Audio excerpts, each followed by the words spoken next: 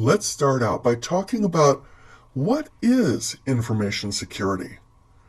Well, it's anything you're going to do to protect your systems or your data. You want to protect it from unauthorized access or use, disclosure, disruption, modification, or even destruction. And it's based on a principle called the CIA triad. That stands for confidentiality, integrity, and availability. Now, what does this mean? Confidentiality means only authorized parties, users or processes or other systems, can access the data or system. Integrity means that if you do access it, you don't have unauthorized modifications or deletions.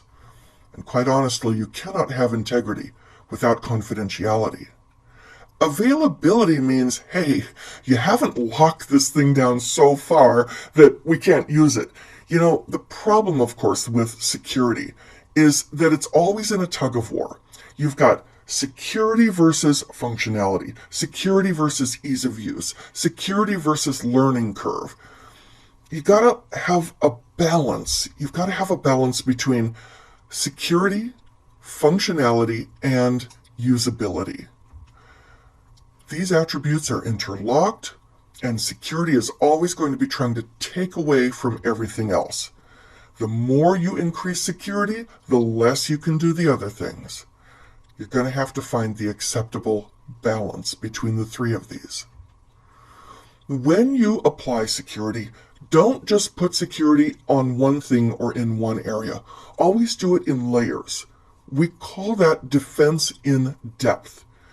If you have multiple layers of security, including around the perimeter, on the network, at the particular servers or endpoints, on the application, on users, on the data itself, anytime you might have a little hole or gap in one of these layers, the other layers will help cover it. And what will happen is if you have strong security on multiple layers, it shrinks the overall risk. It shrinks the exposure. Now, there are three types of active defense. You need to know these. One is annoyance. We're just going to annoy the attacker. We'll waste their time. We'll make them spend time on a honeypot or lead them down a false trail. Make it easy for them to be spotted, easy for us to detect them. Another one is attribution. We're going to identify who you are. We're going to trace you back to your source or your location or even you, the individual. And then the last one, this one you have to be really careful about. This is attack. You're going to hack back. Now, it's controversial, it's risky, and it could be illegal. So some attacker attacks you, you attack them back, you delete their data, you take revenge. You really need to be careful because you'll make them angry and they'll hit you even harder. So you'd really better know what you're doing. And it's a good strategy just to not do the last one. Don't do the hack back part. Don't do the attack part. Here is some essential terminology that you are going to need to know. Hack value. What is the perceived value or worth of the target to the attacker? Not to you, to the attacker. Why do they want to go after it? Vulnerability. This is any weakness or flaw in your system. You'll have lots of vulnerabilities for which there is no exploit. Threat. This is anything or anybody that could potentially violate the security of your system, your organization, your data. Exploit. This is an actual way, an actual mechanism to take advantage of a vulnerability. Payload. A payload is the malicious, damaging part of an exploit. You'll have an exploit, and an exploit is really kind of like kicking in the door, but the payload is throwing in the grenade. The payload is the part that does the real damage. Zero-day attack, also known as O-day attack. This is an attack that no one has seen before. Some hacker has figured out some way to break in, and there's no patch, not yet. Zero-day attack, also known as O-Day. This is when there's an attack and no one has seen it before. There's no countermeasure. There's no patch for this. Many attacks start out as zero-day. Then the vendor says, oh, here's some kind of exploit. We got to figure out a patch. Daisy chaining, or pivoting. This is when you take one first attack and you use it as a launch point to start another attack. So like maybe we'll break into the web server in the DMZ, but we'll use it to further attack internal computers. When you daisy chain attacks, you do one after another, after another, after another. Often they are dependent on the one before. Pivoting is basically the same concept. I will attack one thing, and from that thing that I attacked right there, that I broke into right there, I will then launch an attack into something else. And then here's something that we are all familiar with now, and that is doxing. And that is maliciously putting out someone's personal information out on the internet or publish it somehow so that you can cause damage to the person. You can harm them. We also have non-repudiation. Non-repudiation means you cannot deny that you did that. We have to be able to prove they did it, though. So you either logged in, or we've got your fingerprint, or you digitally signed something. You can't say it wasn't me. Control. Now, this is a broad term. It means anything that is going to reduce risk, that you put in place, that you deliberately put in place. It could be policy, process, procedure, technology, the way you do things. It doesn't have to be technical in nature.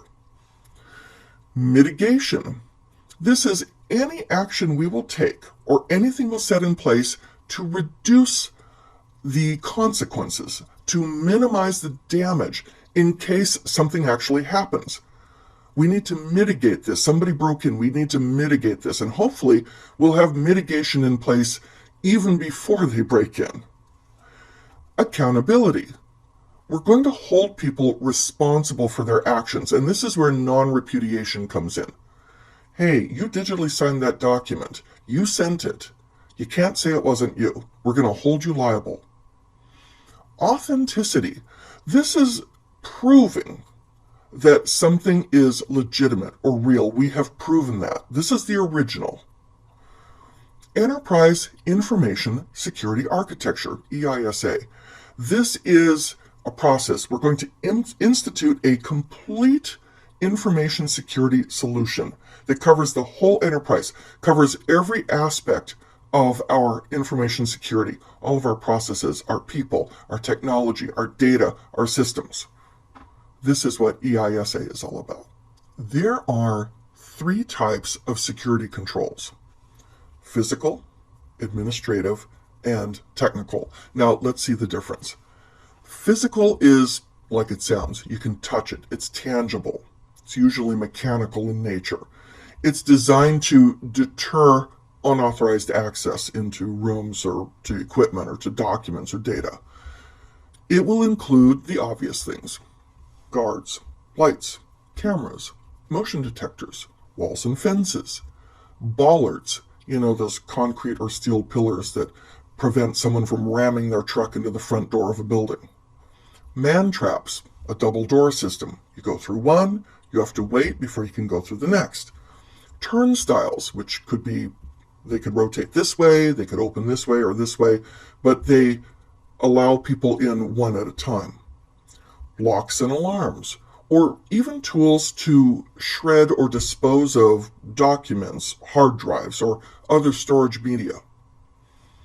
Then we have something called administrative. Now, administrative by itself is not going to protect anything. You have to enforce it. These are things set by management, policies and procedures, best practices. This is how you do it, folks, to minimize our risk. So it would include training and policies, procedures, guidelines, bug bounties, or doing security auditing. The last one is technical. That's what, as system administrators, we would typically think of. This is any technology we would use to reduce risk. So intrusion detection, intrusion prevention, firewalls, antivirus, encryption, authentication, access control. These are technical security controls. There's one more way of looking at security controls. You can have an attack and maybe they get in and they do some damage. You have procedural controls administrative, you have technical controls, you have physical controls. But in that whole series of events, where does the control fall in that whole timeline? What does it do to help? The first type would be preventive. Just make it really hard or impossible for someone to actually carry out their threat. We want to keep errors or irregularities from occurring in the first place. Most security controls strive to be preventive. So these would be fences and gates and locks, authentication, encryption, access control, segregation of duties, employee screening and training. Try to prevent it from the beginning. Then there's detective. If something is happening, we want to find out as early as possible. We want to detect it as soon as possible. So we want to detect errors, irregularities, and intrusions that have already occurred or are in the process of occurring. And we assure then that we can correct them as promptly as possible. So we want to have audits, or intrusion detection, or cameras, or motion sensors, antivirus, mandatory vacations, job rotation. Then there's deterrent. We're trying to discourage people.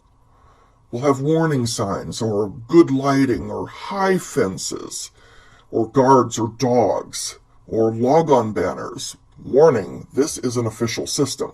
We just want people to look at it and be kind of discouraged.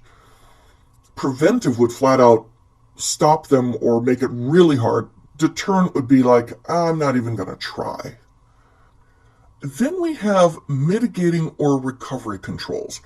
These are, let's minimize the impact. We either have a break-in in progress, or it just happened. So isolate the system, take it off the network, turn it off, or it got broken into, got damaged, fix it as soon as possible. Restore service, restore operations, or a fire broke out, suppress it so it doesn't go any farther. And then you've got corrective or compensating controls. These are ones that you put to cover gaps. Yeah, this security covers almost everything, but there's this one little gap, so we're going to put in one more thing to try to cover that one gap. It's an alternative fix. It tries to provide some equivalent protection, at least for that one gap. And you might have to sacrifice some conveniences to get the overall desired result. Here's a very real-life example, a medical instrument that uses an older operating system that the vendor no longer puts out patches for, but we're not going to upgrade the operating system because that means we would have to completely redo the code that runs whatever that instrument is. I've seen it in the field many times. I have a buddy who works, or who was the CIO of a small hospital, and she said, yeah, we've got plenty of medical devices that still run Server 2003.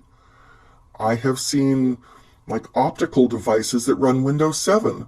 And the vendors have said, you know what, we're just not going to do anything about it because we don't want to disrupt the functionality. So, okay, if that's the case, then just make sure the device isn't on the network, okay? Make sure it's physically secured. If you have to have it running with those vulnerabilities so it provides its primary clinical functions, then disconnect it from some unauthorized access. That would be a compensating or correcting control. We also have this concept of network security zoning. This means your network may have some areas that are more secure or should be more secure than others. We can manage different levels of security depending upon what's in that part of the network, or what kind of data it contains, or what kind of people work in it. You would set up clear security boundaries, firewalls, access control lists on switches, routers. These would be the common mechanisms to set up security boundaries between different network zones. Here are some examples. The internet zone would be uncontrolled. It's outside the organization, and yet it does touch our network. Of course it does. The internet DMZ zone, this is controlled. We have 2 firewalls, and we put public-facing servers there. So this would be the defense between the internet and our internal network.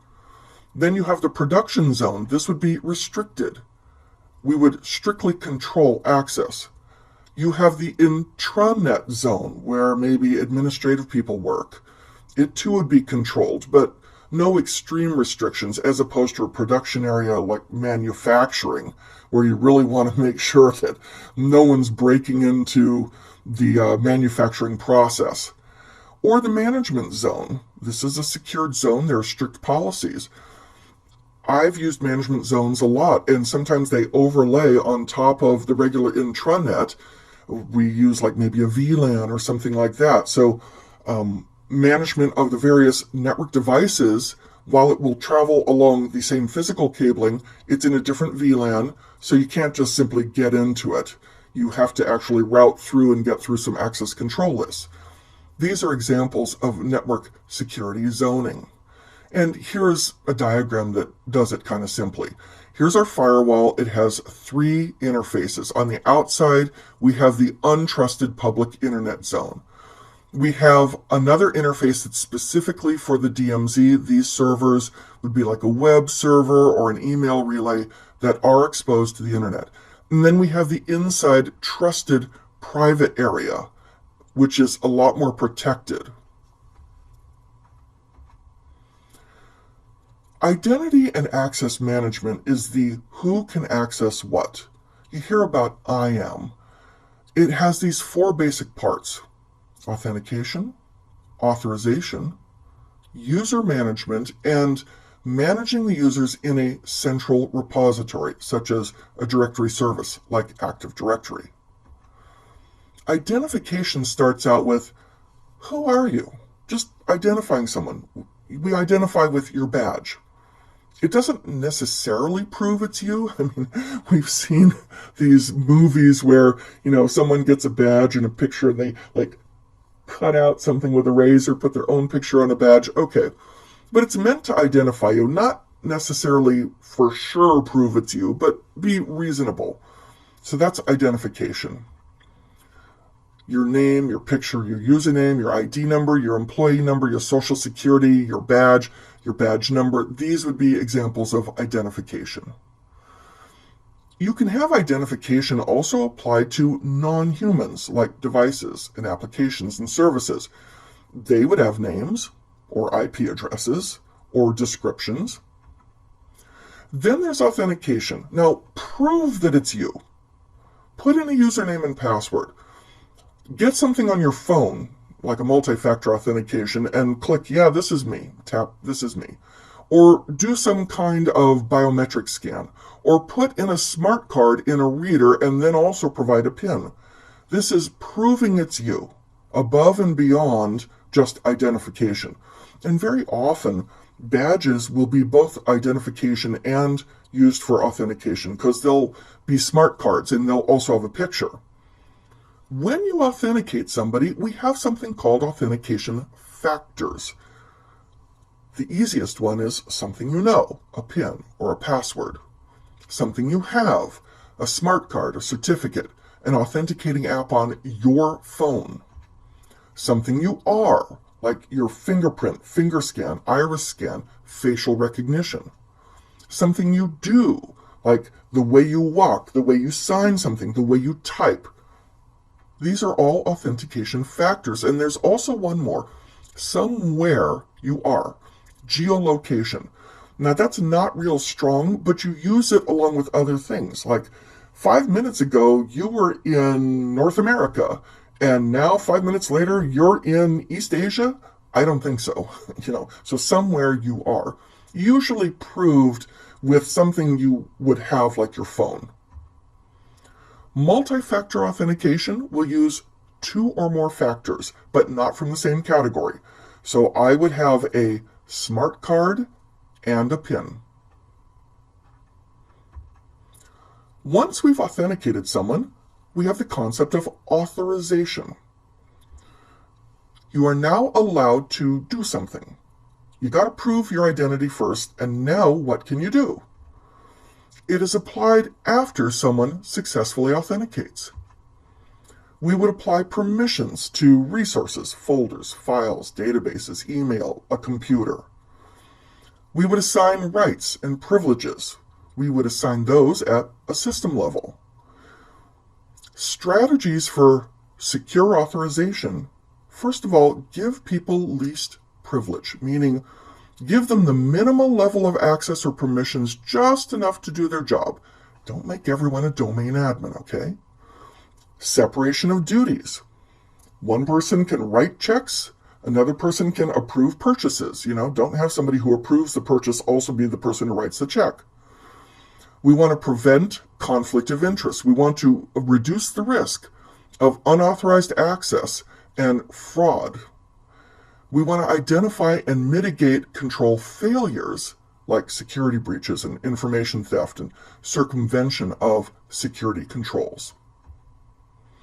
Accounting is the ability to trace an action to an entity, and we usually use a log to do that. Prove who or what performed an action on what when. So we'll log whatever they do so that we can check it. We can audit later. We can make sure that they're in compliance with whatever regulation or company policy, and we'll also have it for later reference. Now we have different kinds of access control. There's mandatory and discretionary, and there are a few others. In mandatory access control, we use this in government and in the military. You have people called subjects. You have things, resources, called objects.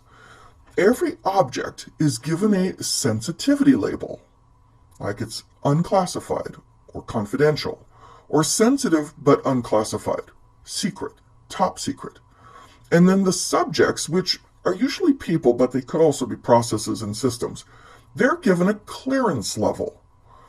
The subject will undergo extensive investigation, if they're a person or an entity, to determine what clearance we're going to grant them. Are we going to give them public trust, secret, or top secret? You can't just go and change any of these things arbitrarily. If I have a secret level clearance, I can access things at secret level or below. I can't go up to top secret. If I only have a public trust, then I can access sensitive but unclassified, but I can't go up to secret. And I can't just bribe someone and say, hey, change this, because the process is so lengthy and so thorough and so involved. No one can just arbitrarily change something. They don't even have the administrative control to do it. So subjects can access objects at or below their clearance level. Top secret can also be what we call compartmentalized, and it would be based on a need to know. Yeah, you have top secret, but that doesn't mean you can go read the presidential daily briefings, okay? So it depends upon just how sensitive the information is. Here would be an example of mandatory access control. I have all these sensitivity labels on resources, devices, removable hard drives, systems, and then I have different people with different clearance levels. So here's someone with public trust, and they go through an extensive background check, but they can access sensitive but unclassified or anything below. Here's someone with a secret clearance, so they can access secret or below. Here's someone with a top secret clearance, so they can access TS or below. And of course, then you have the general public, and they can access just the unclassified stuff. Stuff that we would just publish on a website for anyone to take a look at. Now we have something called discretionary access control, or DAC. This is where a system owner or a resource owner can pick and choose who has what level. So here I have some kind of resource or system owner. I've got somebody who owns something right here, and they say which users or groups can access the thing that they own, the data. Usually it's the data, but could be a system too. Most operating systems are DAC. The owner of the data or the system defines access at their discretion. It's flexible, but it's weak because, hey, I'll give you a chocolate bar if you let me get into this thing. Or, hey, can you let me have access to this thing? And they don't think about it. Oh, sure, yeah. Examples of the permissions they could grant would be read, write, execute, delete, just list the contents of a folder, or even take ownership. Now we have something called role-based access control, or RBAC. This is where we don't grant permissions based on an individual, but based on what they do. What's your job? What's your role? What's your function in the organization? So we will grant permissions to the role, not to individual users, because users can come and go out of the role. So we can add users to and from the role, but the permissions stay constant. In Windows and in many operating systems, groups are used to represent the role. Here's an example of RBAC. I have these various users. These users belong to different groups. So like this user belongs to group C. This user belongs to group B. Both of these users belong to group F. And then what I do is I grant permissions on whatever it is to a specific group. So if I grant a permission to group A, none of these people have that permission unless the admin puts them in group A. Okay, I'll put you in group A right now, and then when you go back to whatever you're normally doing, I'll take you out of the group. So that's the idea of role-based access control. It's actually a recommended mechanism for assigning permissions to resources. Finally, we have something called rule-based access control, or rule-back. This is where in the moment, whatever you're doing or whatever you are, whoever you are, do you meet a rule? And if you meet the rule, if you match the rule, then are you permitted or denied to do whatever you're trying to do? This is most commonly used in firewalls and packet filtering routers. So here would be an example. I have all these rules, and they'll be tried one at a time in order. I mean, there are some exceptions, some vendors, but in most cases, they're just tried one after another. So in comes a packet, and the firewall is going to check the packet. You will be allowed to go through if you're using IP, coming from anywhere, but going to a specific destination using a specific port, port 80. If you meet that rule, go on your merry way. Go on through. If you don't meet that rule, let's try the next rule. Okay, you can go if you're using IP coming from anywhere, going to a specific server using port 443. You meet it? Go ahead. If you don't, let's try the next rule. All right, you can go through if you're using UDP coming from anywhere, going to this particular different server using this particular UDP port. Yes? No? Yes? Go ahead. No? Go to the next rule. Now, the first three rules were allows. The next one's going to be a deny, but only if we match. So if you're using TCP going anywhere from any place, trying to use TCP 53, we're going to drop you right there. And at that point, you don't go any farther. But maybe your packet isn't that. So, okay, try the next rule. Well, if you use IP, any source, any destination, port 53, well, maybe you don't even match that. The last rule is, I don't care who you are or where you're going, you're denied. So this is the idea of rule-back access control. It may seem like a lot, but it's actually very fast. It has really good performance. So this is our overview of information security. Now let's go on to the next topic. There's a very cool term that we are now using in cybersecurity, and that is the cyber kill chain. This is also known as the cyber attack chain. It is a model, a security model, that outlines all the phases of a cyber attack. It was developed by Lockheed Martin, but they actually borrowed it from the military. It covers all stages of a network breach, from the early planning and spying to attaining our final goal. If you understand the attack stages, you can then plan your tactics to prevent and detect these malicious intruders. So the cyber kill chain will help us prepare for common online threats, ransomware, network breaches, data theft, advanced persistent threats, APTs. As I said, the origin of the cyber kill chain was from the military. They had this original concept. It defines the structure of a military operation. So we'll identify the target. We will dispatch our force. We'll have an order to attack. We'll destroy the target.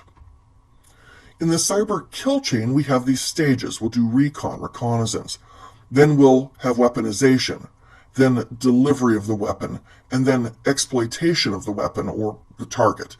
Then installation of the actual payload. And then command and control, and then actions on our objectives. Now, depending upon the vulnerability, depending upon the exploit we use, these could happen in rapid succession, where they almost seem to be like 3 at one time. Let's start with passive reconnaissance. Passive reconnaissance means we are gathering intelligence. We're doing open source intelligence activity. We're going on the internet, and we're not letting the target know what we're doing. We're gathering information. We're not going to interact with the target. We're not going to do anything so the target is aware. We don't alert them. We might be surveilling them from a distance. We could get employee email addresses, social media accounts. We'll focus on establishing who has access to the target. We'll try to map the infrastructure. What tools do they use? Software, devices, their overall security posture. Active reconnaissance, this is where you're going to interact with them to some degree. We'll be scanning them, port scan, vulnerability scan. We interact with the targets to get more information. What ports are open? What operating system or service versions do they have? What policies are they running? What firewall rules do they have? Are there ways to bypass their firewall? Of course, active reconnaissance should set off the target's alarms, assuming that they have alarms. Then there's weaponization. With weaponization, we're trying to identify, okay, how will we deliver our payload? What will we create or use that will allow us to deliver the attack? We're going to identify or develop a malicious deliverable so that we can attack. It could be an exploit with a backdoor. Some common approaches to weaponization would be, let's use a botnet. You can rent botnets by the hour. Let's create an infected file, like an infected PDF or Office document or a video or an app. Let's Trojanize them. Let's prepare a phishing email. Let's prepare a server and a landing page for a phishing campaign. We'll talk more about that later. Let's stand up or compromise another machine to house the malware. Let's prepare a Metasploit staging computer for a shrink wrap attack. More on all of these soon. Let's create a virus or a worm. Let's create our own zero-day attack. Let's set up a Raspberry Pi and then we'll go and physically plant it in their lobby or something. Let's prepare some malicious USB sticks. We're preparing the weapons. We haven't deployed them, but we're getting them ready. That's weaponization. Delivery. Okay, how are we going to send the weapon to the victim? We could send a phishing email. We prepared the email, now send it. We could scatter USB sticks in the parking lot. We could physically plant that Raspberry Pi on their network. Okay, we've sent them the weapon. Now let's exploit. Let's exploit the vulnerability by executing the code on whatever the target is. Often, we'll start with something really small, smaller malware. We'll call that the stager, or dropper, or downloader. It's a little advanced party that once it gets a foothold, creates a communication back to us to download the larger, bigger, more destructive payload, the stage. We'll be doing that later on. We've downloaded the weapon. Now it's time to install it. Let's install the malware on the target. The stager downloaded the stage. It's time for the stage to be installed. We might download additional tools. We might hide our presence from the firewall or intrusion detection. We might set up a backdoor or remote access. Now that we're firmly entrenched in our target, it's time to do command and control. Let's establish a connection back to the command and control server. We've got our malware in there. Maybe it's a bot. We want it to come back to us past the firewall and get instructions on a regular basis. Command and control. Now, as the malicious actor, we can operate within the target environment and we can pivot or we can crawl our way through the network, find other targets within that private network. The command and control channel is usually manual. The attacker will have to interact with the malware from the C2 server to carry out the desired activities. Finally, what have you got to show for all this trouble? We want actions on objectives. We're going to take specific actions to achieve the original objective, and the original objective is to steal a database, to do espionage, to expand our presence in the target infrastructure, to own that system. So this is the idea of the cyber kill chain. Now let's go on to the next topic.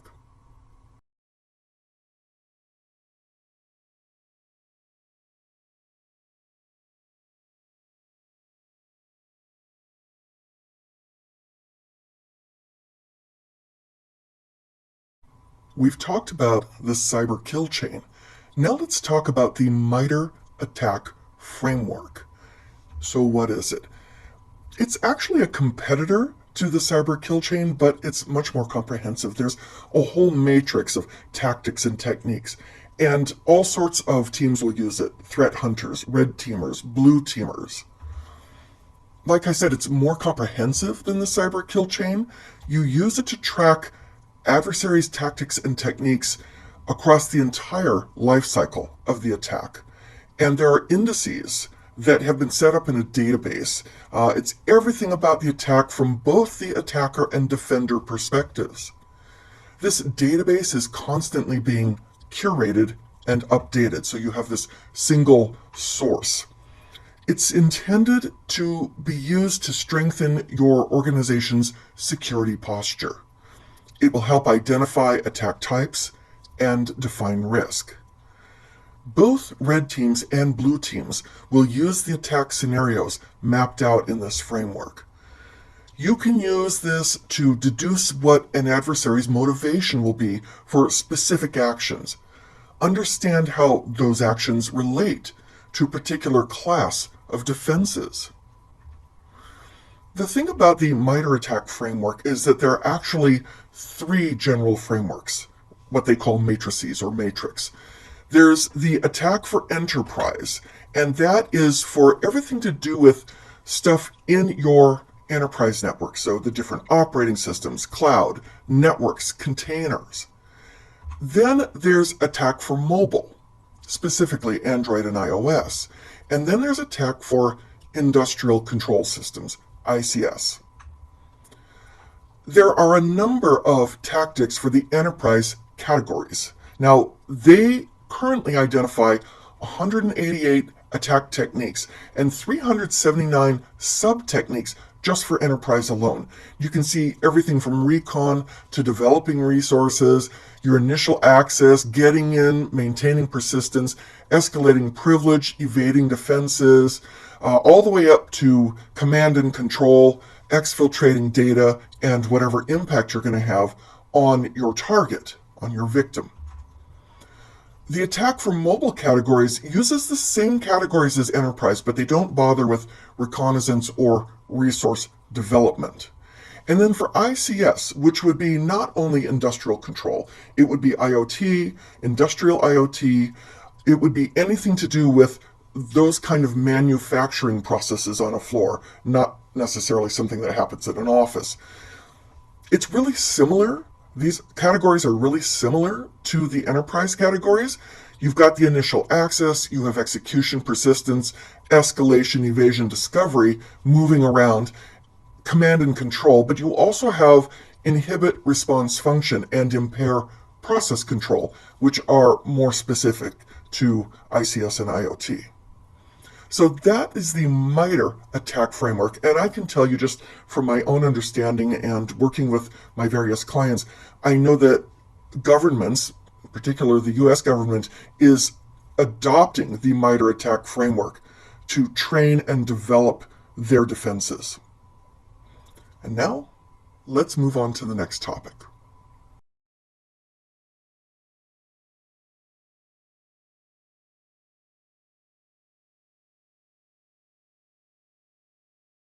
Let's take a look at a really fascinating website for research. Open a browser to attack.mitre.org. You should see the homepage something like this. What I love about this is the way it's been organized. We can see tactics, techniques, data sources. Now, this is not just references. This will say where data can come from when you are attacking. Mitigations for these attacks. Groups, and when they say groups, they mean APT, Advanced Persistent Threat Groups. The kinds of software that APTs are using, the various campaigns that they've been running, and more information like resources, blogs, etc. I'm interested in tactics. We'll click tactics. Now recall that MITRE has three major categories: enterprise, mobile, and industrial control systems. I'm going to click enterprise.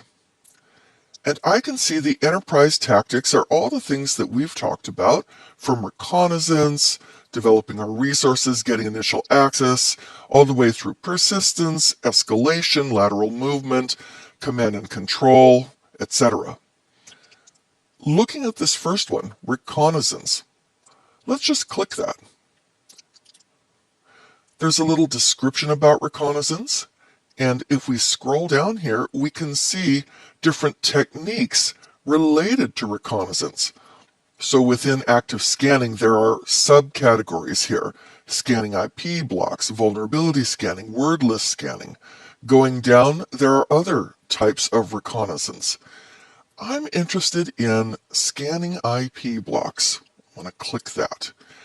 There's a description about this and why people do it and what kinds of scans they can do for IP blocks. So, in other words, ICMP, requests and responses. And I can scroll down here and I can see an example, procedure examples, Team TNT. Now, this is not something that was just made up. This is a real advanced persistent threat, a real APT. We could click Team TNT, and we can see all sorts of things they've been doing, including the active scanning IP blocks. It shows their techniques, and look at all the cross-references. Each one of these techniques has an ID and shows where it is in the hierarchy of tactics and techniques. And then we can see some description about that. They even talk about the commands that have been used in different attacks. This is so interesting. If I look over here on the left-hand side, I can see other kinds of APT groups. Well, look at some of these. And don't forget that APTs will often go by multiple names. So, Fox Kitten, Ferocious Kitten. These are all variants of an Iranian group here. Anything bear probably has to do with a Russian group. Copy Kittens. Okay.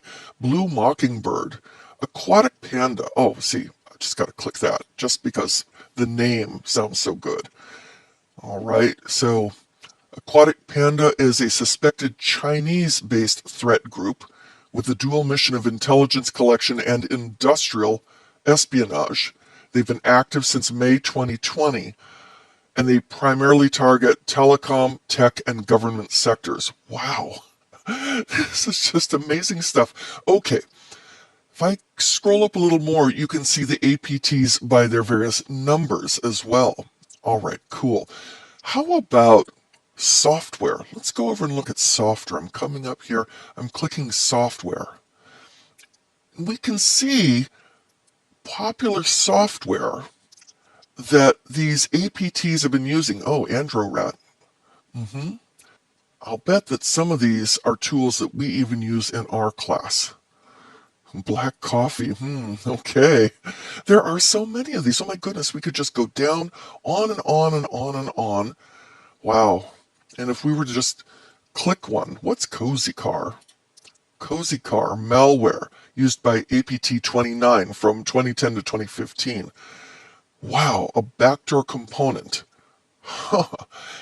That is really interesting. And then it talks about Cozy Car and how they communicate the malware with their C2 servers. And then here, when they talk about boot or logon auto start execution, they're showing the registry keys in Windows that have been affected, that are written. And then they talk about using the Windows command shell, cmd-exe. This is so fascinating. How about some campaigns? Let's click campaigns. I am interested in some of these cyber campaigns. Okay. C0010 cyber espionage campaign conducted by UNC 3890 that targeted Israeli shipping. I mean, what kind of incredible research is all of this? You know, actually, to be quite honest, I have had government agencies ask if I would do some training with them on MITRE ATT&CK so that they can build up their own defenses. It's just such a fascinating place to go. I encourage you to continue to just look around here to see examples of the techniques. I have mobile techniques here. Some of the techniques that have happened, that have been used, and who has used them, and in what campaigns, which groups, what software they used. Take some time to just get a sense of the scope and the breadth of all of this. And always come back to refer to this when you want to deepen your knowledge. So now that you've seen an introduction to this tool, let's move on.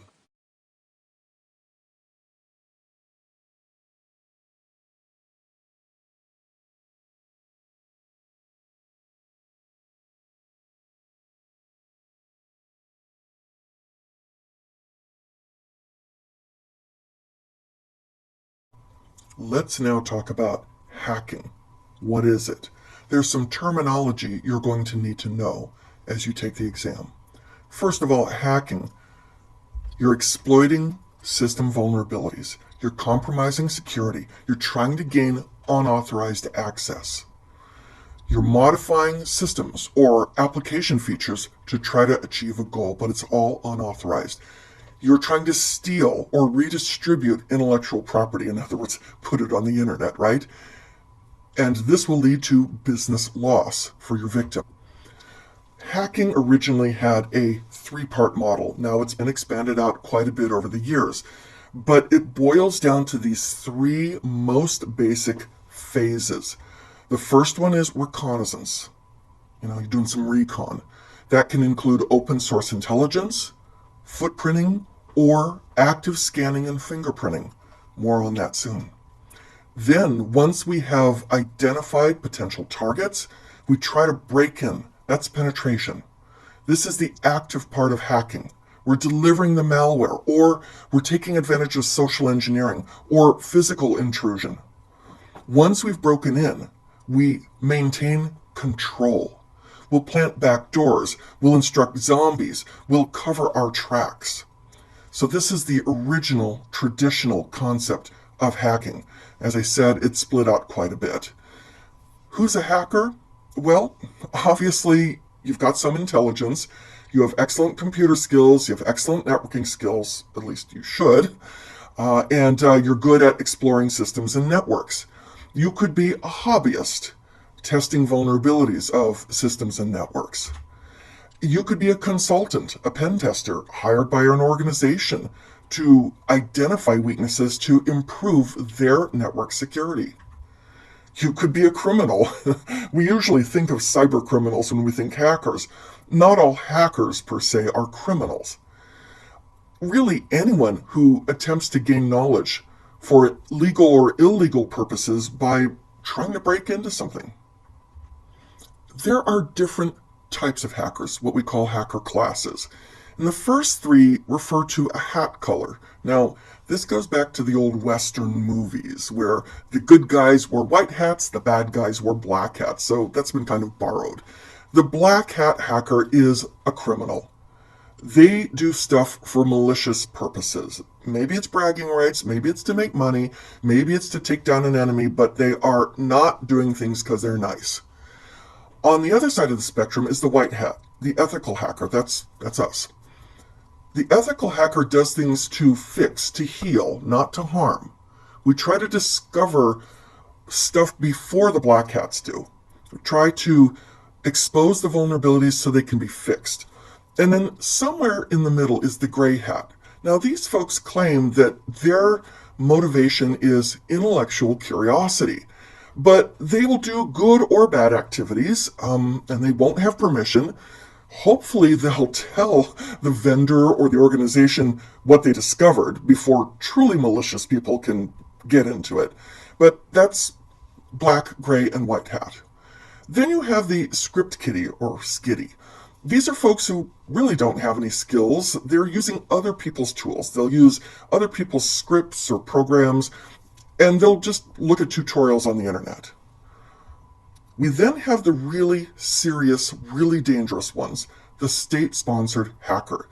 These are supported by a foreign adversary, some government, to perform attacks on other governments or high-profile targets. Then we have the hacktivist.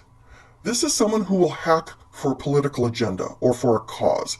Usually they'll deface somebody's website or they'll try to expose what they consider to be the wrongdoings of a company. We also have the suicide hacker. Now, these are folks who will just do what they do, get the job done, and they are not afraid of going to jail. There are also cyber terrorists, and their whole motivation is they've got extreme political or religious beliefs, and they just want to terrorize, create fear or disruption. So you can see examples here of the different hacker types, just some of them. Let's talk a little bit about the state-sponsored actor, the advanced persistent threat. Now, APTs, for the most part, are state-sponsored because they have all kinds of money and resources put into them to do whatever they want to do. They are external. They are quietly trying to gain access to your system and stay there for as long as possible. That's why they're persistent. They're usually sponsored by a nation state, and they're usually well-funded. They will use multiple attack vectors, whatever they can, to gain access to systems and data. We can use them for intelligence gathering operations against governments, military, commercial networks. And we've had high-profile cases in the news of APTs exfiltrating or stealing and exposing corporate and government data. Let's see some examples. Here's APT-27. One of its names is Lucky Mouse. The reason why they're often referred to just by the number, they will often go by several different names. So Lucky Mouse is a Chinese group. They mostly focus on Asian Pacific nations or Middle Eastern states. And they mostly target aerospace, education, and government sectors. And they'll use existing tools, PSExec, Mimikatz, ProcDump, others. Then we have APT-28, Fancy Bear. This is a Russian cyber espionage group. They're sponsored by the Russian government. They're associated with the Russian Military Intelligence Agency, the GRU.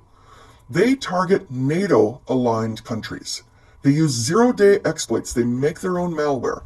They make their own phishing and malware tools. Then we have APT-35, Charming Kitten. They actually go by several kitten names. This is the Iranian government. That's their cyber warfare group. They depend on phishing and social media for the most part. They developed a tool to steal data from the really popular email providers like Google and Yahoo and Microsoft. There is documented interference in the US 2020 and 2022 elections that goes back to Charming Kitten, Fancy Bear as well. Then we have this North Korean group, APT-37, and I'm just hitting on the most notorious. There are plenty of others. This one of their names is Reaper, and they're a North Korean government hacking group. They mostly target South Korean vertical industries like chemical, electronics, manufacturing, aerospace, automotive, and healthcare. And in fact, APT-37, it just drives me crazy to see people take advantage of people's pain and suffering. And APT-37 has a classic example of that. At the end of October in 2022, just a little while ago, there was a tragedy in which there was a bunch of people at an event. There was a stampede. Lots of folks inadvertently got crushed, killed more than 150 people. And APT-37 used social engineering to trick South Koreans into downloading malicious files. They took advantage of that tragedy to their own purposes. We finally have one more thing called the insider threat. This is not necessarily a hacker per se. This is somebody who is a trusted user, and they abuse or misuse your system, your network. Most insider threats are not deliberately, not intentionally malicious.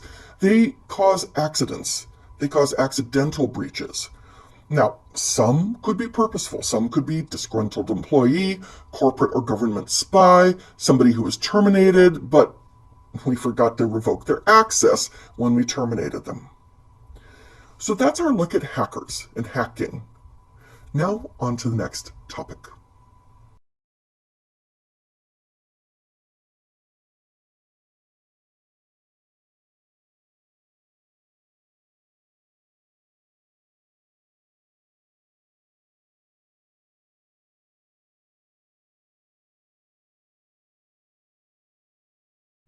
We've talked about hacking.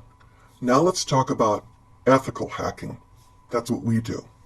So what's the difference? In ethical hacking, we're there to help, not hurt. We're there to use hacking to improve security. We'll try to identify the vulnerabilities before the bad guy gets to it. We'll use the same tools, the same techniques as all the other hackers, but we're there to protect, not to damage. Now, why is it necessary? Well, we gotta keep ahead of the bad guys, right? We want to fix things, uncover and fix things before the bad actor can exploit them. We'll analyze and strengthen an organization's security posture. We're going to try to discover what can an intruder see or do. Have any intrusions already actually occurred? Are the systems properly patched, properly protected? What amount of effort would be necessary to actually protect these systems? And any measures that have been put in place, are they in compliance with industry or legal requirements and standards? So what's the difference between ethical hacking and a pen test? There's a whole lot of overlap, but here's the key difference. Ethical hacking is the mechanism of a penetration test. The ethical hacker is part of the pen test team. In a pen test, an organization will formally engage a team of experts. Okay, we've got a charter, we've got limits, we've got rules of engagement, we've got all these things. We're going to give a deliverable of a report at all these levels.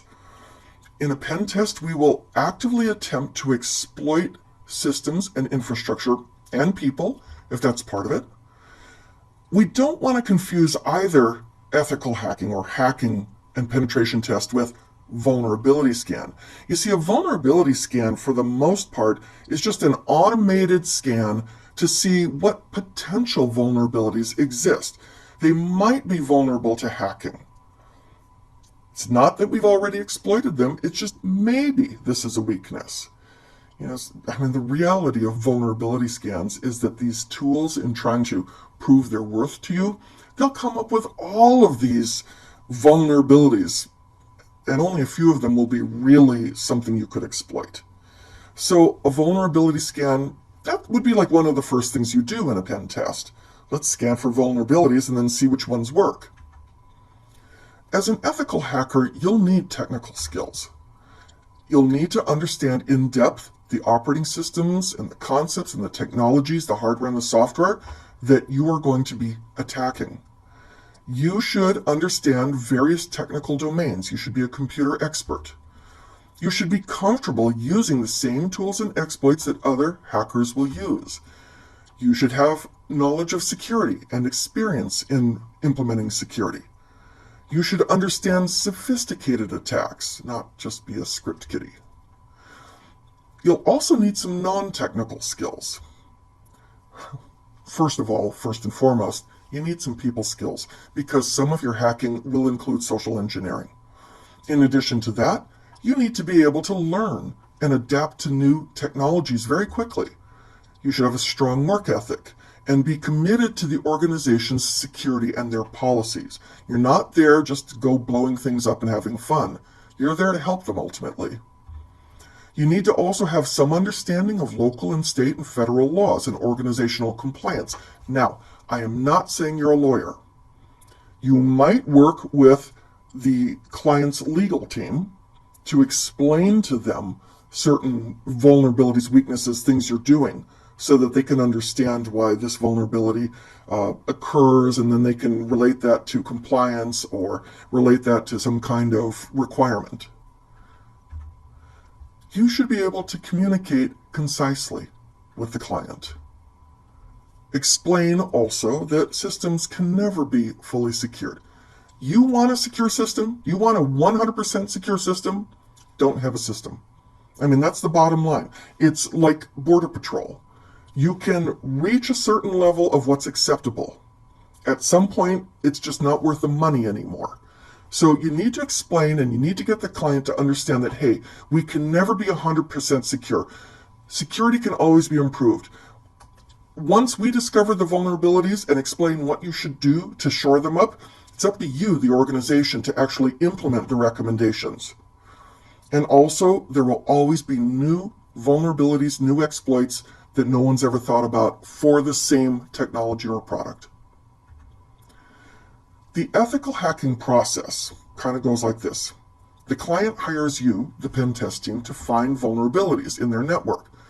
There will be rules of engagement. When will you start? What systems will you test, not test? Will you include non-technical things like processes and people, social engineering? There are different testing types, and you need to know this too. The white box test is something that an internal team would probably do. You have complete visibility into the system. You already know all the operating systems, all the services, the devices on the network. You know everything. This lets you be more thorough. You don't have to discover anything. The only problem with this kind of testing is that if you're already really familiar with the system, you're probably going to overlook stuff. You won't think creatively. You won't think out of the box. Gray box is where a tester has some visibility into the system they're testing. And black box is you have no visibility into the system. You come at it blind, like a real hacker from the outside. This most closely resembles a real attack. And third parties that are doing a security audit on your system are going to do this. It will require you to really think outside the box and be creative. Now, what happens if you discover sensitive information? So during the pen test, during the hacking, you come across some really sensitive information, like an entire list of usernames and passwords, or somebody's personally identifiable information or personal health information, or some user's bank account and logon information. You need to stop and you need to notify your client's system administrator because you don't want to prevent any possible future damage. Let them deal with it. What if you discover illegal activity?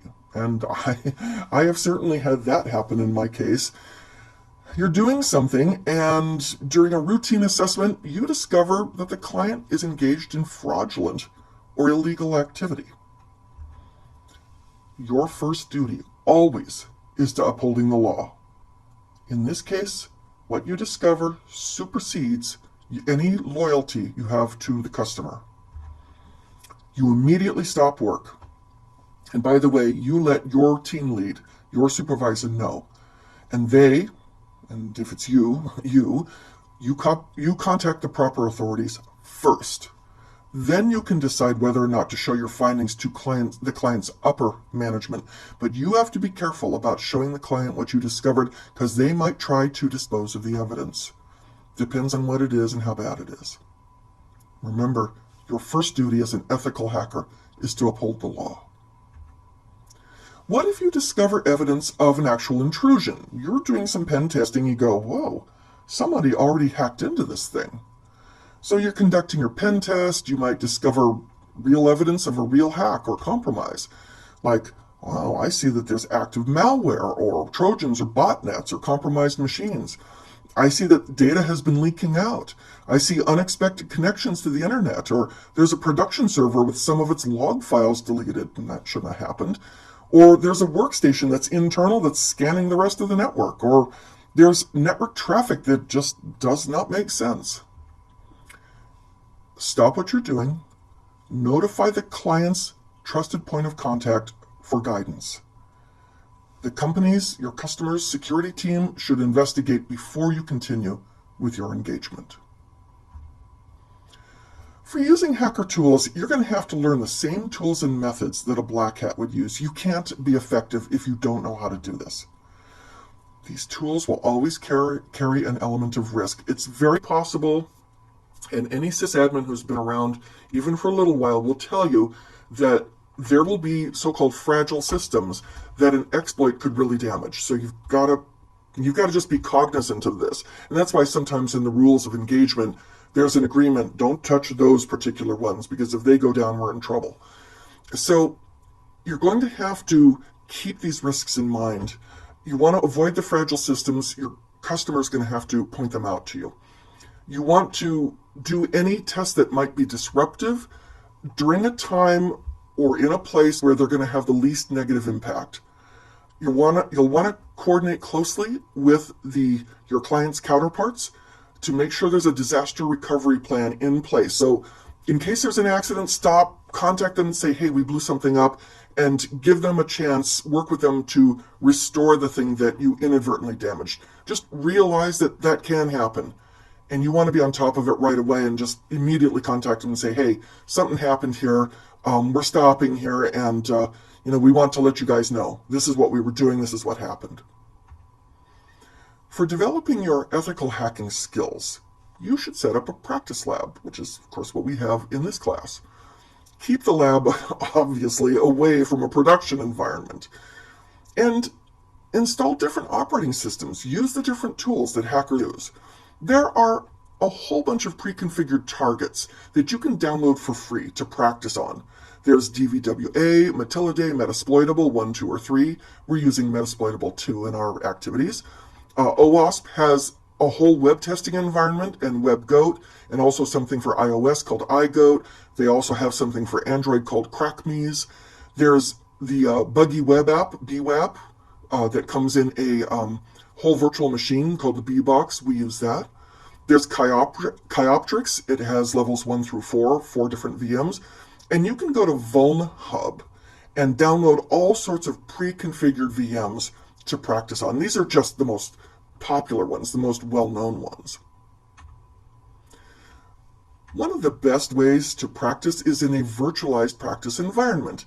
You get a good computer and you run several guest operating systems inside of it, rather than having to have multiple physical boxes. Now, in some cases, you might want physical boxes because some of the activities that you want to do are physical in nature. But in most cases, when you're just working with software, you can use VMs. So a virtual machine is a whole OS that runs as an app in your lab machine. It's not a simulation, and it's standard practice in any corporate data center. The VMs, they have their own IP address, their own network interface, their own MAC address, CPU, RAM, disk, operating system, applications, etc. And on the network, the VM looks like any other host. The VMs will borrow functionality from the physical hardware, but they're kept separate. So they have what's called a hypervisor. It's a layer. In Windows, that hypervisor is actually a DLL. And it sits between the hardware and then the virtualization product, which have all the little VMs. Some common virtualization products: VMware, that's what we're using; VirtualBox by Oracle; Hyper-V by Microsoft; BlueStacks and Genymotion for if you're virtualizing and pretending to have phones when you don't really; or iPadia. Here's an example right here. So I'm sitting at a pretty powerful host machine. Got a lot of hardware, like 1632, 64 gigs of RAM, lots of disk space, good i7, i9 CPU. And here on my host, I have actual hardware. I've got the host operating system. I've got the hypervisor, which keeps the virtual machines away from the host OS. You can also get really thin and use virtualized containers. Now, container is just a VM for only one app. It's not a whole operating system. It's just a few files to run one app only. And it's this little tiny VM, so it's very lightweight. And there are a number of popular products. You've probably heard of Docker and Kubernetes at the very least. There are risks to virtualization. I mean, virtualization was developed when there was a study done, and the average server in a server room was only being utilized about 17%, and yet it was burning electricity, taking up floor space, etc. So the idea was, can't we just consolidate these? Now, in some cases, you can't run multiple apps on the same computer. They just don't play nice, or there's security differences, whatever. But maybe we could run whole operating systems as an app and have a bunch of these so that we're utilizing the computer 70 or 80% rather than 17%. Like, I know a Fortune 10 company, I did some consulting for them. These folks, they saved 1 million square feet in data center floor space for all of their data centers around the world total. 1 million square feet when they went to virtualization and got rid of all those excess boxes, and they saved a ton of money in terms of electricity as well. But you have to be really careful, and this is true even in your lab environment, because a virtual machine, if you don't configure it right, can starve the host. It can take too much CPU and RAM. So you got to be careful about how many resources, how much CPU, how much RAM, how much disk you're going to configure a VM or a container to have. You might also consider disallowing the VM from interacting directly with the host or the outside network. And remember, a VM, this environment is an imperfect sandbox. Most implementations assume that the VM will interact with the host and the outside network. You're going to have to configure how much isolation you want, and there's always a risk that some malicious app running on a VM can bust out of the VM, can escape the sandbox and attack other VMs, like other customers, and the host itself. So these are the risks of virtualization. In your lab, your biggest risk is that you give a VM too much CPU or RAM, and not enough to the others, not enough to the host. When we're talking containers, Docker or Kubernetes, there's even a greater risk to the host because the container will directly use the host OS and hardware. And it too might consume too many host resources and starve the host from CPU, RAM, or disk space. So this is ethical hacking. What we have to do, what we need to know, how we do it, and how we can gain our skills. And now, on to the next topic.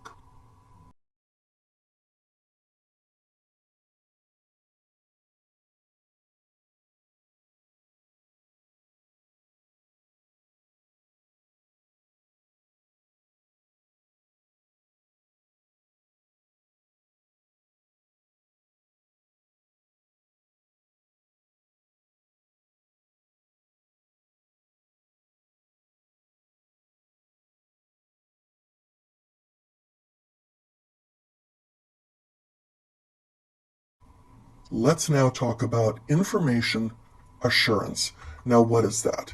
We're trying to provide assurance that our data, our information, and the systems will always maintain the CIA triad: confidentiality, integrity, availability, and authenticity at all times. We're trying to assure that.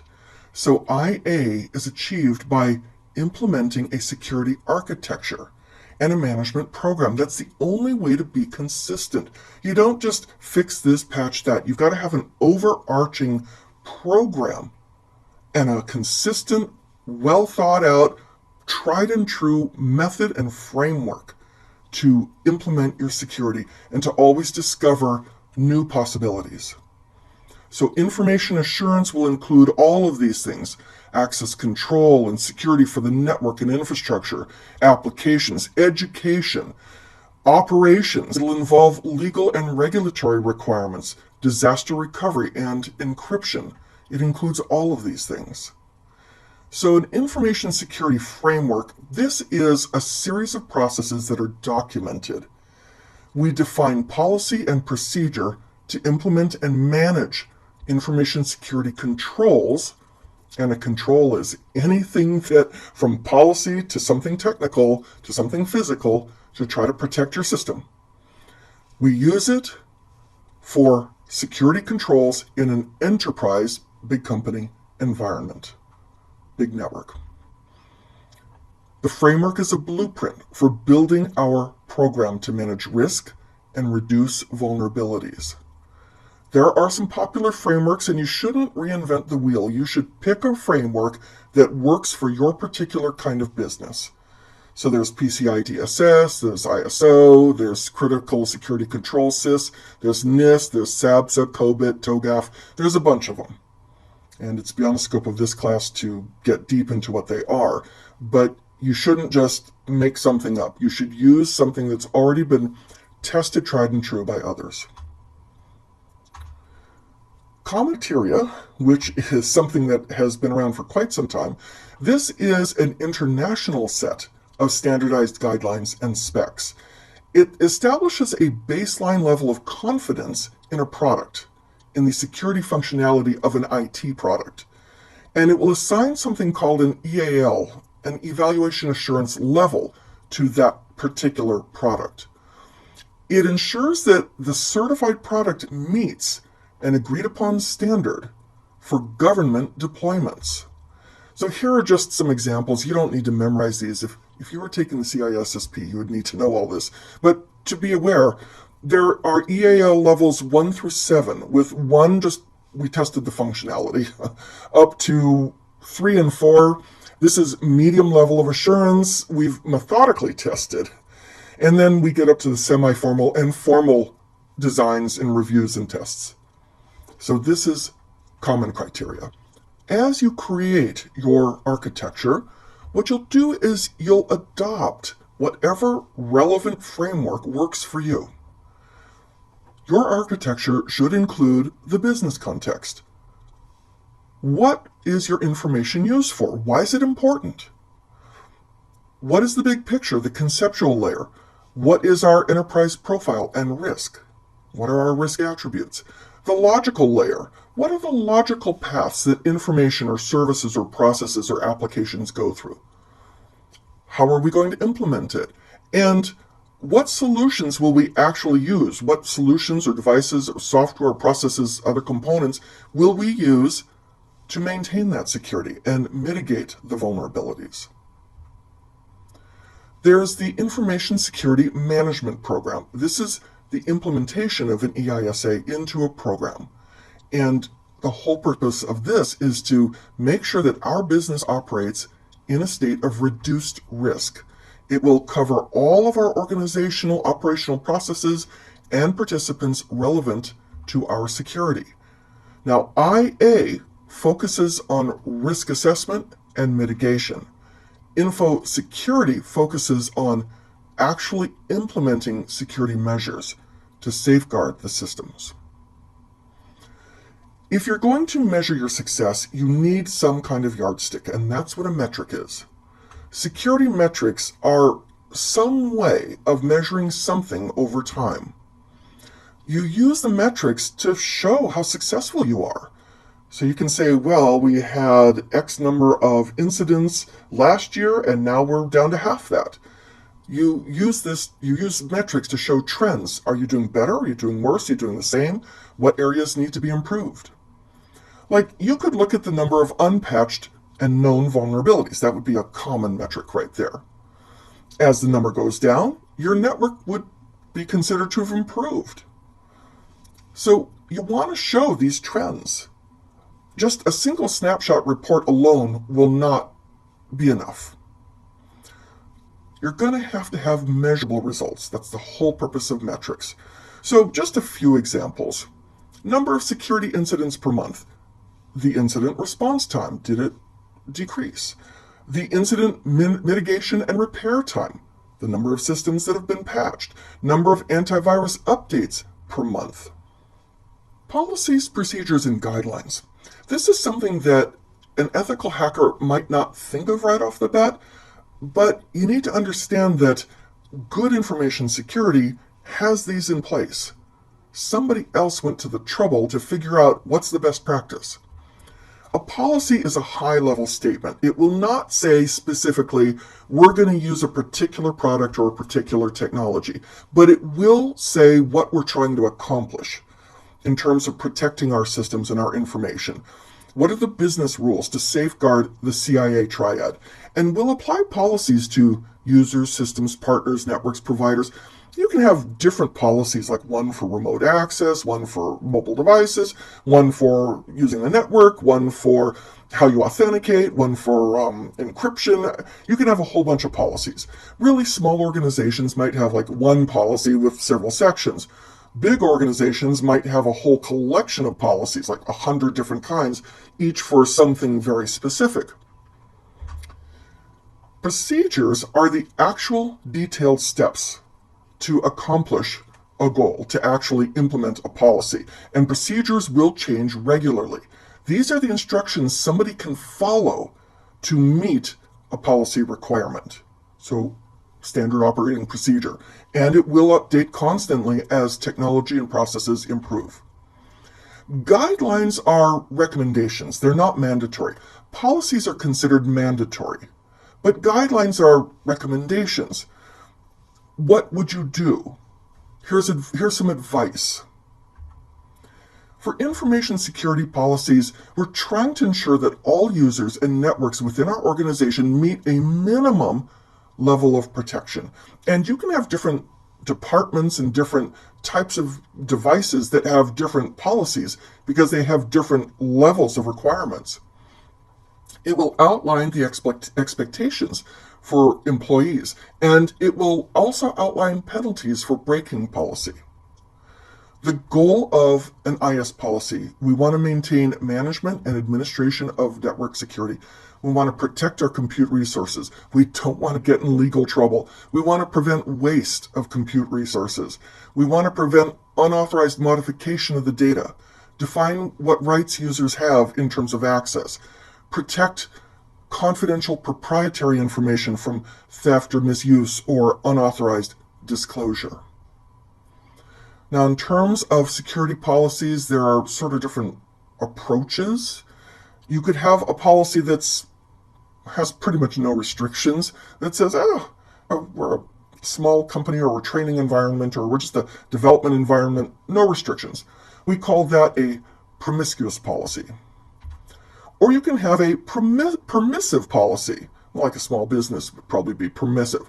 A few restrictions, but only on some known attacks, like maintain your antivirus, make sure that you have a password. And then you can have a prudent policy, the maximum security.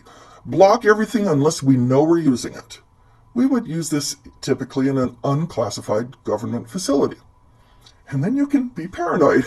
You can restrict everything. Little or no internet connectivity. Classified government facility would use the paranoid policy. For implementing your IS policy, the best practice is to implement the strictest policy that is practical for your environment. Your environment might not need much, or it might really need protection.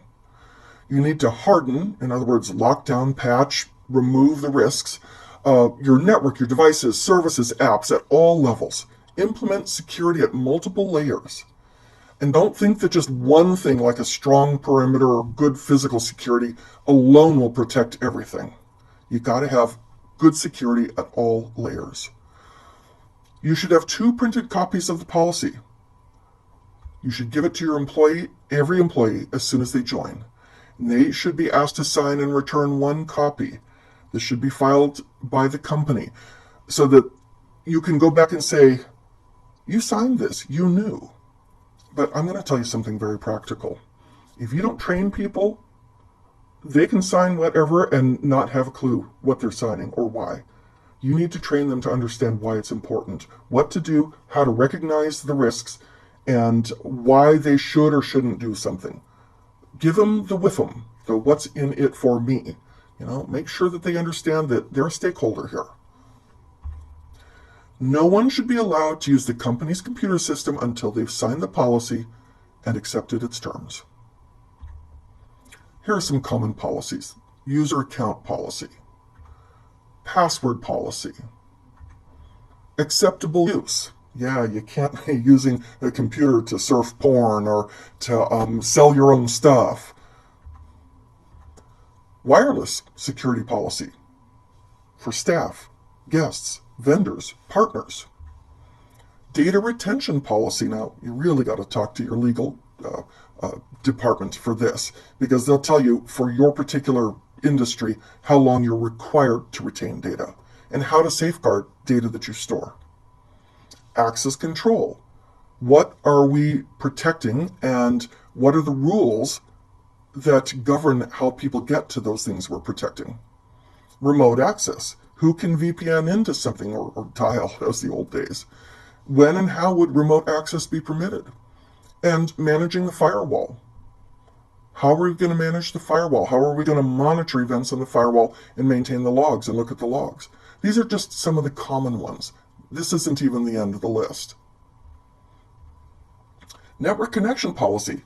When and how are you going to connect? Information protection policy. Let's label all of our information based on its sensitivity. Who can have access? How's it stored? How's it transmitted? How should it be deleted? Special access policy.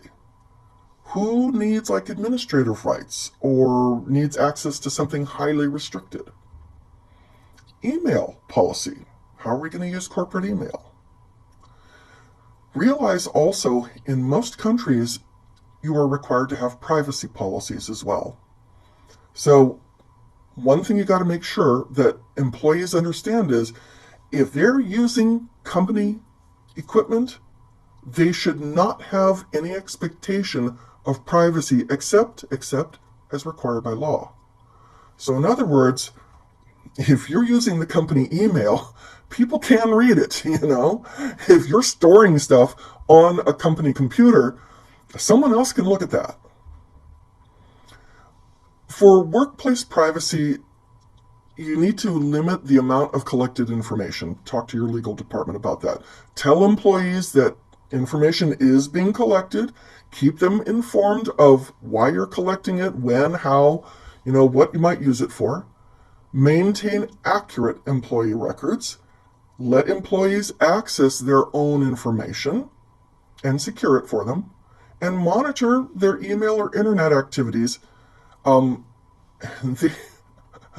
need to let them know that they're being monitored. Because if you don't tell them, legally this could be an invasion of privacy.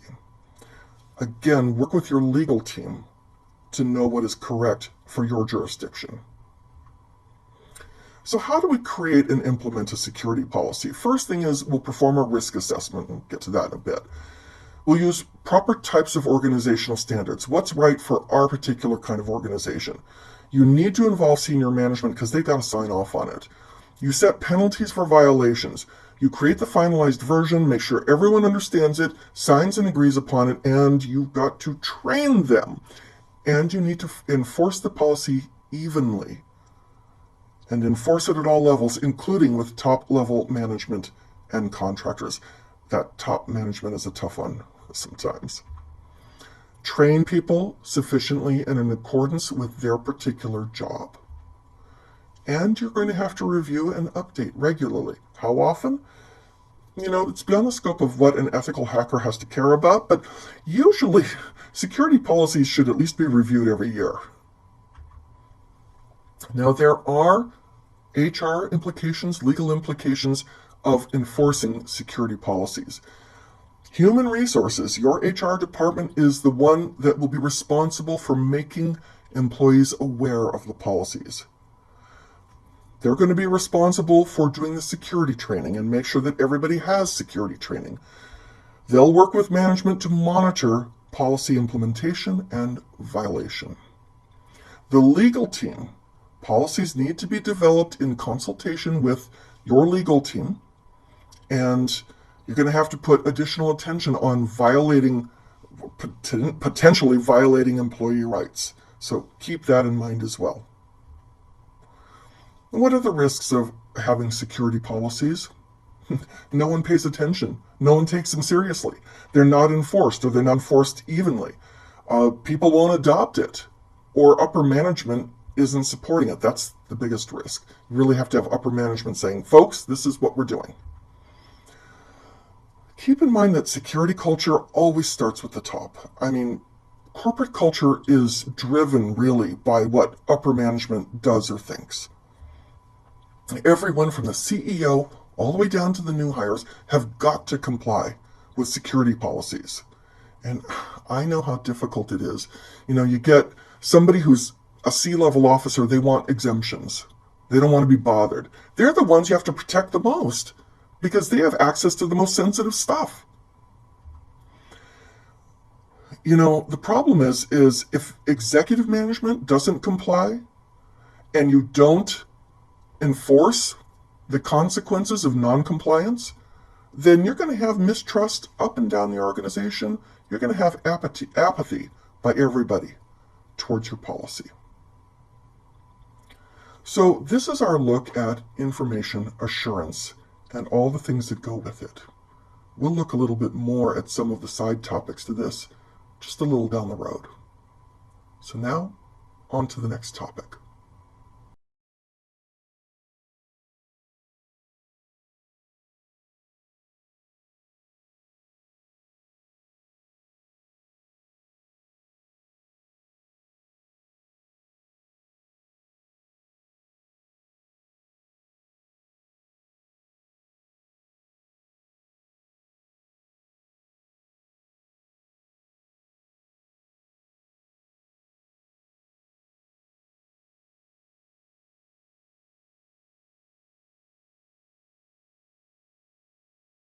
Let's now talk about risk management.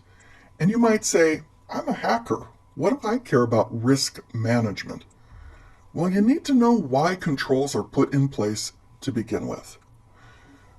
First, let's define risk. Risk is the probability that a threat might actually materialize and actually cause damage.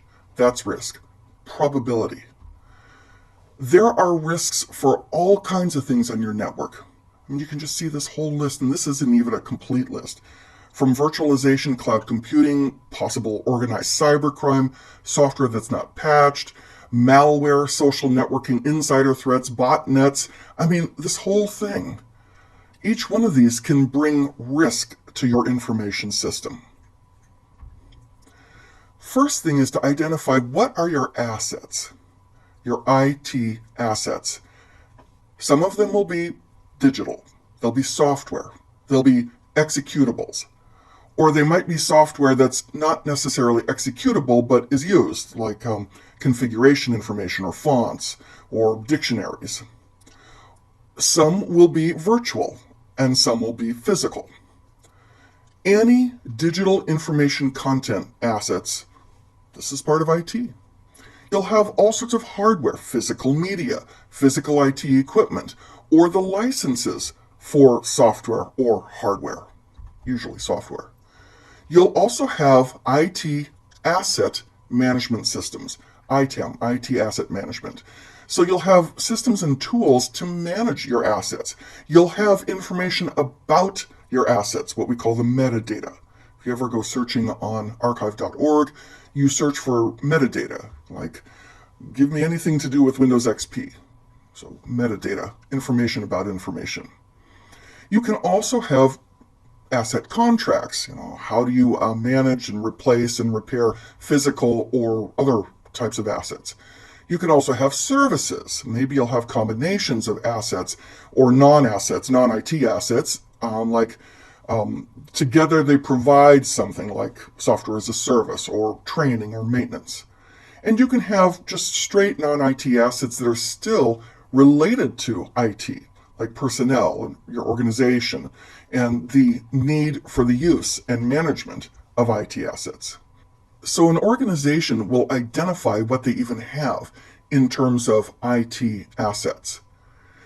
With those assets, you got to figure out what are your threats. Now, a threat is not the same as a risk. A threat is anything that potentially could cause harm. Risk is the probability that the threat will do something. So threats don't have to necessarily cause harm every single time. We have a threat, but it wasn't actually taken advantage of. There's a threat that an airplane might fly into a building. Not a very high threat, but it's a threat. So a threat could be any circumstance, any event, any person, any organization that potentially could harm your system. And they could potentially have unauthorized access, destruction, disclosure, modification, denial of service. You can see all sorts of threats here. Some threats are from human actions and natural events, natural disaster type threats, environmental threats. Threats can be against people, processes, or technology. You can see all these. This is not a complete list of threats, but it is some common ones. When you're trying to figure out the relationship of threats to your assets, and this is what an organization will do. First of all, they'll identify all assets that are important. And then they'll do something called threat modeling. And what that is we'll take a look at the asset, and there'll be a bunch of us, not just one person does this. A bunch of us, what are all the possible things that could happen to this asset? Let's identify all the possible things. Everything from it gets destroyed in a fire, to we run out of licensing, to somebody hacks it, to somebody misuses it, somebody accidentally deletes it, whatever it is. And here's where you think outside the box and you get really creative. What could possibly happen in all directions to this one asset? So we identify the possible threats to one asset, and we prioritize, well, which ones need our attention? And there are ways to prioritize. I'm going to show you in just a second. We see if the threat is a real threat. We validate, and we do what we can to mitigate the threat. I'm going to talk about that a bunch soon. So threat modeling is a process. It's a structured process. We identify all potential threats to our people, our processes, our technology, our infrastructure, our assets. We visualize how each threat could possibly occur, and we quantify and rank the impact of each threat so we know which ones take priority. We use this information. We say, okay, this is much higher priority than that. We assign resources to reduce, mitigate, counter the threats.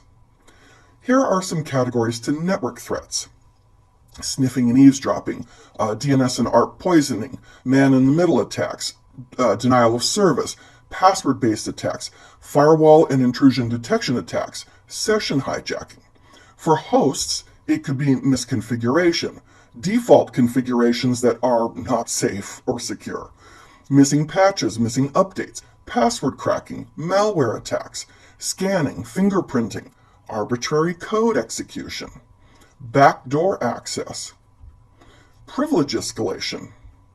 For applications, they have their own threat categories.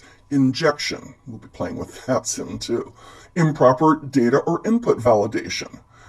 Improper error handling. Hidden field manipulation, especially with browsers. Broken session management. Cryptography problems. SQL injection. Buffer overflows. Information disclosure. security misconfigurations. Then we have something called the shrink wrap code attack. This is where I buy something off the shelf, I take it out of its package, and it already has bugs. It already has vulnerabilities that could be attacked.